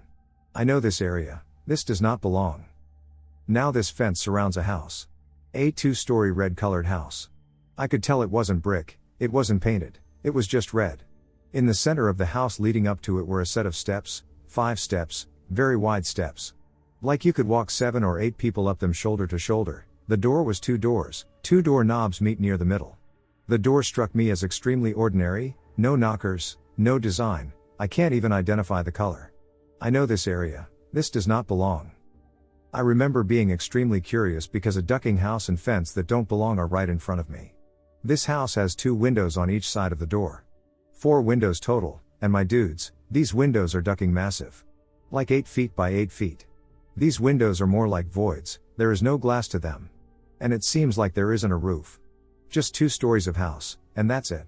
The roof must be flat or on a slope that a young me couldn't really see or perceive. The area is open grass, no trees, vines, or brush around this fence or anywhere within 30 feet of the fence. I feel ominous, curious, and concerned. I begin to walk towards the red house. Slowly, small step by small step. This is wrong, I keep checking the windows/voids of movement but nothing, not even a breeze is happening, but it's oddly a comfortable climate, it felt like safety.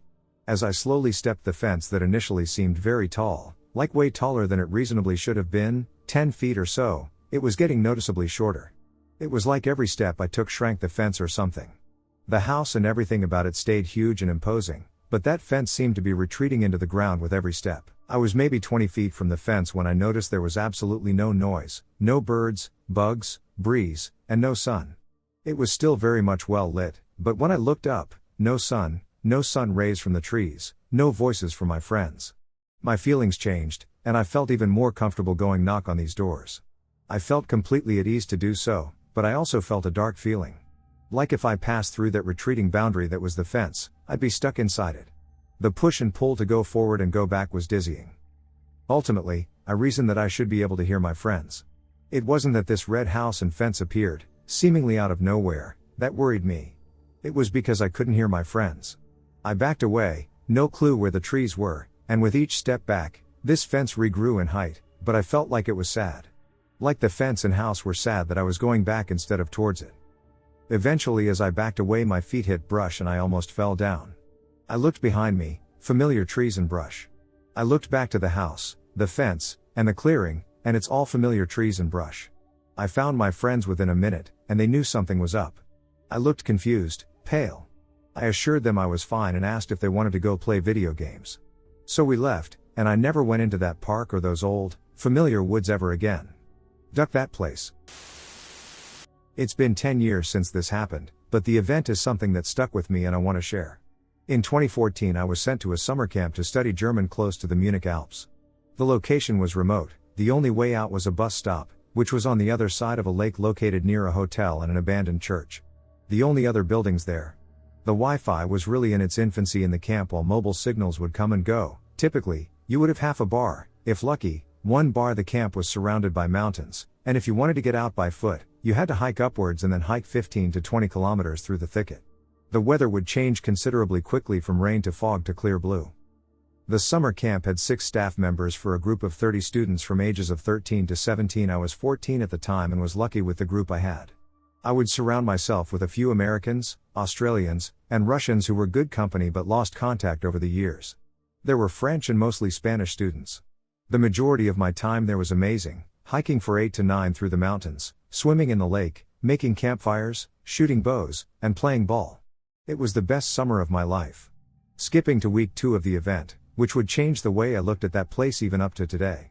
It was a very dreadful day from that morning as the rain was heavy and the wind was blowing the fog into the valley, and it was max 10 degrees, maybe 11, but I still can't believe we continued hiking in those conditions, but no one was against it. The hike was miserable as we walked up in the elevation. But it all went well until the descent, when the staff members told us we couldn't continue the hike and we needed to go back. During the descent, I started to get this sickening feeling of being watched, but it eventually disappeared after we got back to camp. Once in camp, I was talking to one of the guys in my room about it, but he shrugged it off and said you probably caught a cold or something. As time went on, the rain had finally stopped, and we were all gathering to start a campfire. It was around 1700 hours to 1800 hours. All was good, and everyone was enjoying themselves. One of the guys, Mike, brought out his large lumen flashlight, which lit up the forest tree line on the right side of the camp. At this time the fog started to flood the camp and the lake, but no one really cared, but it looked cool from what I remembered. Some were running into the distance and back for photos. I asked Mike if I could borrow his light. A few minutes would go by while moving the light from right to left. I jokingly muttered, "Imagine if something jumped out of the window." As I flashed the light to my left, a white figure silhouette was walking towards the wood line. I shouted, "Mike, look, you see that?" To his horror, he already started shouting toward everyone to look. As everyone in the courtyard looked, the figure stopped and turned its head, revealing its yellow glowing eyes. Could tell whether it was eyeshine from the light or its own glow, its arms long, super long, similar to an ape going down to knee level, and its overall appearance was muscular but athletically slim. The face I couldn't make out for the distance of 40 meters. It then started walking again as the staff member ran to get others, as his phone didn't work. All of this happened within a few seconds. As this was happening, the creature looked back at the forest and ran uphill. The speed at which it ran would make the deer slow. It was a rough estimate of 40 to 50 miles per hour. It could easily take out all of us and then get in the building. As this happened, the staff members arrived and huddled us inside and started to tell us to lock all doors and windows and to stay indoors after 1800 hours. The time I could imagine being at this point was 8:30 to 9 o'clock, roughly speaking. We huddled in our rooms as each member did a room check of everyone who should be inside. The night long as half of the camp started to discuss what we saw and to puzzle it together. There were noises on the roof and tapping throughout the night, but I didn't see anything as it was pitch darkness. The following morning came, and the courtyard was covered in small rocks and sticks thrown about. The big changes were the weekly timetable. The hikes were all either shorted or completely cancelled. The staff then made a large meeting to announce that we couldn't go outside a certain radius of the camp as we did before, and we needed to be in groups of 6 to be outside. After that, even when going out and walking around, everything felt off, and the world seemed a lot more hostile than when I had experienced it 2 weeks ago. Some called the camp short and went home, others waited for the week to end. I left that following week even when my mom wanted me to stay an extra week, which I declined. Moving a year later, I revisited the camp for 2 weeks as one. I enjoyed my initial time up until the event. Also, if it was a good language school. Once I arrived, I noticed they had built an electrical fence around the whole perimeter of the camp. I was unfortunate to get shocked accidentally by it several times, as it would turn on during the evening to early hours and turn off during the day. The staff said it was to keep the cows at bay, which I had never seen walk in that area before or during this time. The time to go indoors was 7 o'clock, no longer 9 o'clock or 10 o'clock like last year. Cameras were installed around the area. The groups were still there. Things were getting more stricter and alert. However, those 2 weeks passed without any significant events occurring. Stranded in the woods. Let me first preface this by saying that terrible things don't just happen in the movies, but in fact they happen in everyday normal life. Most people are lucky enough to go through life without any major encounters. I had an experience that I would like to share to see what people think. Was I rational in my choices? Did I overreact? What would you have done? I think hearing responses will be therapeutic and perhaps help me get past the events of this story. Last year I attended college at a major university on the southeastern coast of the United States.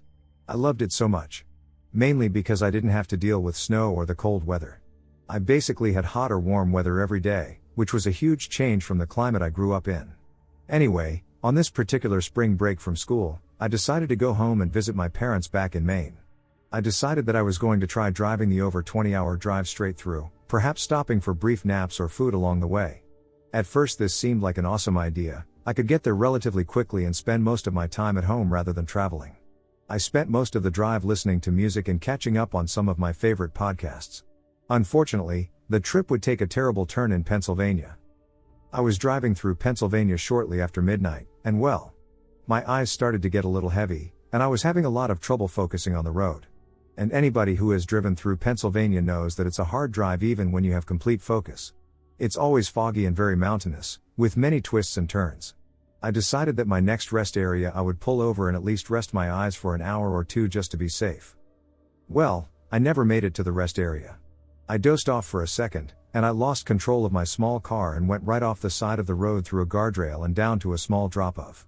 Miraculously, I wasn't injured too badly, But my car was destroyed, and I was completely surrounded by trees, not sure how to get back up and onto the highway. Of course it was pitch black outside, and the trees consumed the entire area, blocking out most of the natural starlight. I tried to remain calm and ignore the terrible pain I was experiencing to try and call and get help. One problem, I couldn't find my phone. It was in my cup holder, but after the crash it was so dark I couldn't find it anywhere. Inside or outside of my car, no luck. I didn't think I was injured badly, as previously mentioned. But I wanted to use the flashlight on my phone to make sure I didn't have any major cuts or anything. I then decided my best course of action at this point would be to see if it was possible to climb back up the slight decline that my car had fallen off. It seemed impossible in my condition and with the limited visibility. It just wasn't a height I could reach at the moment, and truth be told, I was lucky that I wasn't injured further after my car dropped down. Thankfully, the guardrail slowed my car down enough. Realizing that climbing, driving, or calling anybody wasn't an option, I began to yell and scream for help, but as you can imagine, it didn't work. I slouched to the side of my car and finally started to feel real emotion. I was scared and cold, and now the real fear finally started to make my eyes fill up with tears. I had no survival skills. What was I going to do until morning? Just sit in a ball in the fetal position. I decided to walk through the wooded area until I could find an area to climb where maybe there was a slight hill instead of the drop-off where my car was. Of course, now in hindsight, my best bet would have probably been to just stay put because somebody in the morning would have noticed the accident and called it in. Maybe even someone passing by in the night and noticing the damage at the side of the road. As I grabbed some items from my car, I heard a noise. It sounded like ruffling of tree branches and footsteps. I hid on the other side of my car, paralyzed in fear. What kind of animals did they have in Pennsylvania? My first thought was a bear or something like that. Is that how it was going to end? Mauled by a bear. However, what actually presented itself in front of me was even more shocking. It was 3 men coming out from the trees. I couldn't make too much out, but all 3 of them had huge beards, looked like their clothes were completely dirty, and were carrying hunting rifles. I wasn't sure if I should yell for help or to stay hidden from these men. For some crazy reason, my instincts were telling me to stay hidden. Which seems like the exact opposite thing you would be in a situation like this. One guy who looked like the tallest of the 3 yelled out in a raspy, rugged voice, "Is anybody here?" They didn't have any flashlights or anything, so I decided to quietly sneak around the other side of my car and make a run for it into the woods.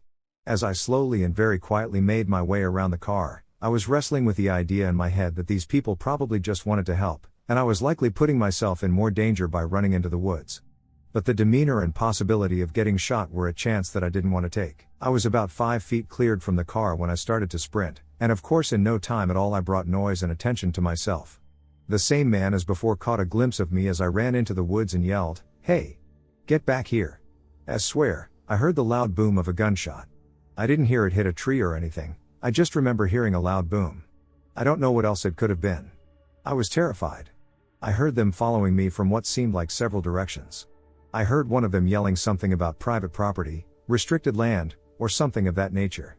I just kept running and running for about an hour until I finally saw faint light shining through the trees. It was a road that looked like it led to a small town or at least a few stores with lights. I walked into the gas station, feeling and looking bloody, battered, and bruised. The worker inside looked baffled and disgusted. I told him to please call the police. The police showed up in no time, and my parents were notified. They were going to drive down and pick me up as soon as they could. The police insisted I go to a local hospital so my injuries could be assessed. When talking to the police, I told them everything about the 3 guys that came to the scene of the accident and chased me with weapons into the woods. The police said they would locate my car and look inside to see if they could find anything or anyone. My car was empty, everything had been stolen out of it. Even some of the interior car parts had been removed. Nothing else really came from this incident. I didn't have any major injuries, and my insurance took care of the car. I now live back home with my parents and attend school locally. I try not to drive at night if I don't have to. I guess I have a phobia or something now. I am thankful to be alive and well but still have anxiety and terrible thoughts pertaining to that night. I don't know what was more damaging to my psyche, having a major accident or being chased through the woods by 3 random people. So I was on spring break, and I was spending the night at my younger brother's house. I was with him and his mom, and we were planning on going camping out in the woods behind their apartment since they had just bought a tent and 3 air mattresses. The woods behind the apartments are very big and are a little popular among the people who live in the area, despite them technically being off limits. My brother's mom and a friend of hers had built a makeshift campground deep in the woods for us to camp at the previous summer, so we already had a spot to stay. It took 2 trips and 4 bags to do it, but after about 30 minutes of hauling supplies, we finally had all of the necessary things for us to camp comfortably. We got the tent set up and got a fire going at about 4 in the afternoon. By 6, my brother and his mom were still fooling with the fire, and I was lying on my air mattress watching YouTube with earbuds in when a man walked into our camp and started a conversation with my brother's mom. At first I thought he was the friend who helped build the camp, but after looking at him, I realized I didn't recognize him, and by the looks she was giving me, she didn't either. I sat in the tent listening to their conversation. I heard him ask her, "So how far away are the apartments? And how long does it take to walk there?" She told him it took him 15 minutes, which was a lie. It took longer, but she told him to think we were closer to make it seem like if we needed to, we could get away from him. Long story short, she gave him hot dogs and water, and he left. About 5 minutes after my brother's mom came to the tent, and what she said made my heart skip a beat. "We have to go." I quickly gathered my things as she put all of our blankets and pillows in a bag. We left in a hurry and thankfully got home safely. When we got inside, I asked her why she was so freaked out, and she told me he introduced himself as, we'll call him John Doe. He told her he was wanted for questioning by the police because he was at the wrong place at the wrong time. She said he kept asking about the police and had a few cuts on his face. He also said, before he left, that he would come back later. She waited until he was far enough away to start packing. We tried searching his name on our city police department but found nothing. I don't know what would have happened if we stayed there that night, but I shudder thinking about it. So, all this happened back last month on the 19th of August, a full moon night, and not only that, but a super moon. Sadly, it was a cloudy day up on the hill and in the meadows, but I'll come to that and some more details a bit further down. Also, I wrote some notes when I came back, since there were fairly a few weird things coming together. Anyway, let's start this story. I, for a few other reasons besides loving some sunset and early darkness types of mountain rides, also started to do some more experiments in the last years since. The paranormal and the occult started to not only call me but started to throw rocks at me for ignoring it for way too long. Getting sidetracked. So pretty much it started like this. I drove up the usual route with my mountain bike to Family Hill, starting all of it around 8 p.m. a bit late and short, but I thought I'd do that this evening after having a heat wave and not being really able to enjoy it anyways for a while this summer. As I went from one part of the woods driving up from my house to the first small meadowish type of the in between the woods, and then further up to the big part, it got already darker. I already felt like something was off and getting a bit more tense. After arriving on the further up clearing, I took a break and noticed, likely not connected to the rest but I've taken a note, a clearing in the clouds, where the sun was shining through as it went over into the sunset and the clouds had a distinct magenta tone to them, for sure pretty beautiful, yet what later turned out, right in the direction and kind of above where the strangest stuff was happening.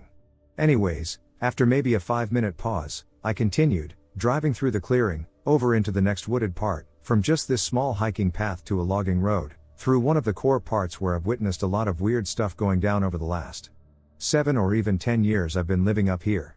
I then continued for a bit before the other side of the meadow showed, and yes, these woods are not the deepest and have some interesting layout themselves, kind of with a lot of meadows around a few sets of forest parts. I haven't frankly seen many of those in my own life and the places I've lived, but anyways.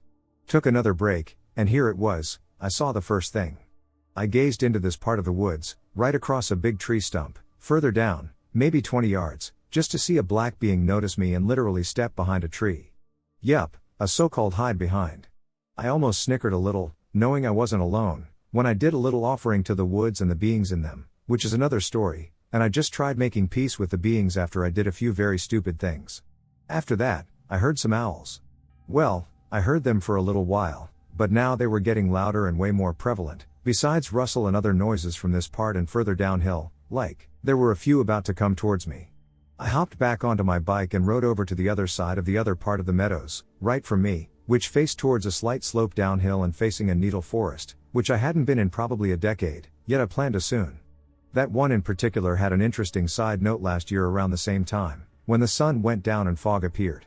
I felt that shift and even heard a wolf howling from those exact woods. We don't have wolves around here anymore, unless the pack is calling me. Hee hee. Well, to this day. It was around 8:35 p.m., and I was just taking another break, enjoying how it all got darker, and listening to the wodos around me. Nobody else was lucky around, and those noises got louder. I mean, they moved from where I had those offers laid down about 600 to 800 yards away from where I was, towards maybe 300 yards from where I was. It for sure was surreal, from owls to even crows and other weirder noises almost like deer noises yet turning into some ending tones, which some would describe not deer do and other stuff. I had both my lights on and smoking a cigarette, not only because it was a nice idea but also there's a reason for, which I've heard and picked up from a handful of people. Besides that, light and fire keep some certain ones at distance. After what I think might have been 15 minutes, yet felt more like 30, I decided to head down, seeing my watch telling me it was 8:54 p.m. While driving down over the meadows, I heard a lot of it growing louder and weirder. Well, and just then, I had to take, of course, another track through the woods. I know it is a lovely shortcut, but it was as dark as the middle of the night already in there. Driving down, riding the brakes, literally, I came to the exit, hearing some chimes. Which I just realized, were the same I heard a few times around even at daylight, right at my hedges, even saw my dog picking up on them and getting uneasy every time he heard it. He though, wasn't with me that night, nor would have even wanted to be up there sometimes at daytime at area anymore. He sensed something up there, and it spooks him, big ol' 75-pound heavy collie getting spooked, who never takes a shit from anyone. Well, so, when I came to that exit, I heard those chimes stop. It wasn't one but like 6 to 12, like those little bells, and it was when I drove through there from further up but coming closer, so I kept looking over from where it came but saw nothing at all. The moment I was out there, hitting the literal asphalt road again, the church bell chimed at 21 p.m. After that, I went straight back home. Since then, there have been a few more encounters around the garden with those chimes, always ringing from a source that would not make sense, like the middle of the hedge, when you can half see through and see nothing that could make it, yet it's always not one but like a set of 6 or 12 at the same time. But yeah, that's pretty much it. I tried to keep it as straight as possible, but I tend to sidetrack and love to add to it, more like a report than a story. Never been too much of a good writer, at least linguistically and otherwise, but just wanted to share it. Plus, maybe something like a fey portal or something. My grandmother's encounter. A couple days ago, my grandma told me a story that happened to her. When she was around 8, she lived in a small house with her sisters and parents. It was in the middle of a large field, and it had trees surrounding it towards the back. There was only a narrow dirt road that connected them with the outside world. One night in May of 1964, she and her sisters had gone to sleep for the night. She woke about 2 hours after she fell asleep and got the horrible feeling that she was being watched. They had a small window 6 feet up on the wall in their room. She turned and looked at it, and she saw 2 glowing eyes. She got really scared, so she woke up one of her sisters. Her sister began to freak out, and she hid under the blanket. They sat there until the eyes left the window. The next day, they told their mother about the incident, and she didn't believe them. That was until they investigated the outside. There were enormous footprints leading to the window and then back into the woods. From that point on, my grandmother and her sisters were not allowed to play near the woods. A couple months later, they heard from their neighbor, who lived about 7 miles away. He said that he lost a couple of his cows. He had no idea where they went. There was no blood or body, and the fence was undamaged. It was almost like something had just carried them away. After she told me about this story, I think she may have had a Bigfoot encounter. What are some of your opinions and explanations for this? One 4th of July weekend in 2011, a buddy of mine that I'll refer to as Todd ended up in a pretty precarious situation. What follows is the story as he told it to me. It was supposed to be a fun weekend up the hill and in the woods at Todd's friend Troy's cabin. Troy was to introduce Todd to a girl he had also invited over, so naturally, Todd was looking forward to some devious fun for the holiday weekend. As luck had it, Todd and his new date clicked and soon found themselves downstairs for some alone time fun. Shortly after Todd and his date disappeared downstairs, Troy decided to go out for a little while. A little while later, as Todd and his date were getting into it, Troy returned to his cabin with some company. Upon hearing foreign voices upstairs, Todd went up there to see who was there. To Todd's dismay, he found that Troy had brought home someone that he disliked. A guy named Ace for the sake of this story. Seeing Ace, Todd got angry, and an argument ensued between Todd and Troy, while poor Ace stood awkwardly near the doorway. Cue Troy's girlfriend entering only to stand next to Ace with a bewildered expression on her face. Todd had rushed upstairs in his boxers at first, thinking that it was just guys that had arrived initially, so he and Troy quickly went downstairs to argue further. As Todd and Troy's argument diminished, Troy decided that he, his girlfriend, and Ace would go night swimming at a nearby creek for a while to cool off. For whatever reason, Troy threw on Todd's shorts to swim in, which had Todd's keys, wallet, and cigarettes in the pockets. Troy and his company had already been gone for a few minutes before Todd realized what had happened. So, Todd and his date continued on downstairs until Troy, Ace, and Troy's girlfriend returned to the cabin. Right as Todd heard them returning though, he went upstairs to confront Troy, fuming. Todd demanded his shorts back while yelling about his stuff in the pockets during Troy's swim. As the two argued back and forth for a while, Troy's girlfriend, Todd's date, and Ace tried to pretty much blend with the wallpaper. As Todd demanded that Troy take his shorts off then and there, Troy informed him that he would not be stripping down in front of everyone. That was when Ace cut in to have Troy's back, making the argument even worse. But Ace knew that Todd had quite a reputation for fighting and not losing, so in order to sort of prove himself to Troy, he jumped right into that argument.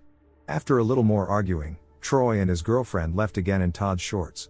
Ace stayed behind though, for some reason, maybe because Troy had left without his backpack full of his personal and important items. Eventually, Todd and his date went back downstairs to go back at it. Ace, of course, stayed upstairs and kept company with Todd's pit bull. They all expected Troy and his girlfriend to return that night, at least for his backpack. But, when everyone woke up the next morning, they realized that Troy and his girlfriend had not returned to the cabin. Everyone was puzzled as to what Troy was up to, but since Troy had left his cell phone in his backpack, they all just hung around the cabin and waited for Troy. The second night came and went with no word from Troy or his girlfriend. It wasn't until they got up on the third day with still no Troy that they finally really started to worry. Alarm bells were definitely going off for the trio. Todd decided to try and call Troy's girlfriend again, like he had the previous day when her phone seemed to be switched off. That day it finally rang, and she picked it up. Fear crept into her voice when she realized that Troy wasn't back at the cabin like she assumed he would have been. So, she and Todd agreed to start calling around to see if they could track down Troy. But no one had heard from Troy at all. Next, a panicking Todd called a few friends up to the isolated cabin to help search the nearby woods for Troy. Not a single trace of Troy was found. It was Todd who decided to call Troy's girlfriend and have her report Troy missing. She did just that, but when asked of Troy's last known whereabouts, she gave them the honest answer. She told them that Troy was last seen at his cabin having a heated argument with Todd. The problem with that was that Todd had a pretty well-known reputation for fighting and not generally losing. At this point in which the following events took place, Troy had been missing for 3 days, so he was declared lost at that point. Apparently, the cops decided they should take it seriously. The following morning, Todd, his date, and Ace were fast asleep, only to be startled awake to the sounds of both the front door being kicked in and people running around on the roof. The SWAT team flooded in, subduing the trio inside. At one point, one of the SWAT officers said, "I will shoot you, and I will shoot that dog." Upon hearing that, Ace suddenly popped his face up from off the floor and exclaimed, "Why are you going to shoot the dog? Don't shoot the dog." Of course, the dog did not get hurt at all. What came next was the trio getting questioned by a couple of detectives portraying in the usual good cop, bad cop scenario. Unfortunately for Todd though, he was the last person seen with Troy, and they were arguing. Couple that with Todd's reputation for fighting, and well, that made Todd the number one and only suspect in Troy's disappearance. It also didn't help that the detectives had found some clothing left by the hot tub, and some of the clothing had drops of blood on it, though Todd insisted that he didn't even know whose clothes they were. Search and rescue came in next to comb the surrounding woods for clues to Troy's whereabouts. They searched for hours while Todd, Ace, and Todd's date were still being questioned, but they focused mainly on Todd. After a couple of hours of interrogation, Todd finally got irritated and insisted that since Troy had been missing for 3 days at that point, he could either be dead or alive, but they should be focusing their efforts on finding him. Oblivious to Todd and company was the fact that search and rescue had located Troy, deep in the woods and hours away from his cabin. Troy was found passed out on a large rock, naked and just hours away from his demise. The next thing that Todd, his date, Ace, and the detectives heard was the sound of the search and rescue helicopter's chopper blades cutting through the air and getting closer to the cabin. As they peered out the door, they saw the approaching chopper with Troy suspended in a blue diaper-like thing from it. The chopper was looking for a safe place to lower Troy enough for emergency ground personnel to be able to reach him. As the smoke was still clearing on the whole situation a couple of days later, Todd was informed about the facts that led up to Troy's disappearance. Apparently, Troy and his girlfriend left the cabin on the night he vanished to simply cool off after the argument with a nice walk in the woods that surrounded the cabin. But, right before they left for that walk, Troy's girlfriend had stolen his debit card. Shortly after setting out on their walk, Troy and his girlfriend got into an argument themselves. They got separated after that, and Troy's girlfriend ended up walking herself back to the main road, where she'd called a ride, leaving Troy in the woods and assuming he'd find his way back to the cabin. So basically, Troy's girlfriend turned her phone off for the next couple days in order to avoid Troy's angry phone calls about his debit card while she partied the whole time. When she did finally turn her phone back on, she received Todd's concerned call about Troy. She was shocked to learn that Troy had been missing for the last couple of days. Troy ended up being relatively okay, considering his circumstances. Todd ended up moving out of state shortly after, which pretty much dissolved the friendship. As far as Ace, Todd's date, and Troy's girlfriend, well, they're in the wind, I guess you could say. I'm almost positive, though, that none of the people involved in this story will ever be able to forget the events that took place over those fateful 3 days at that cabin.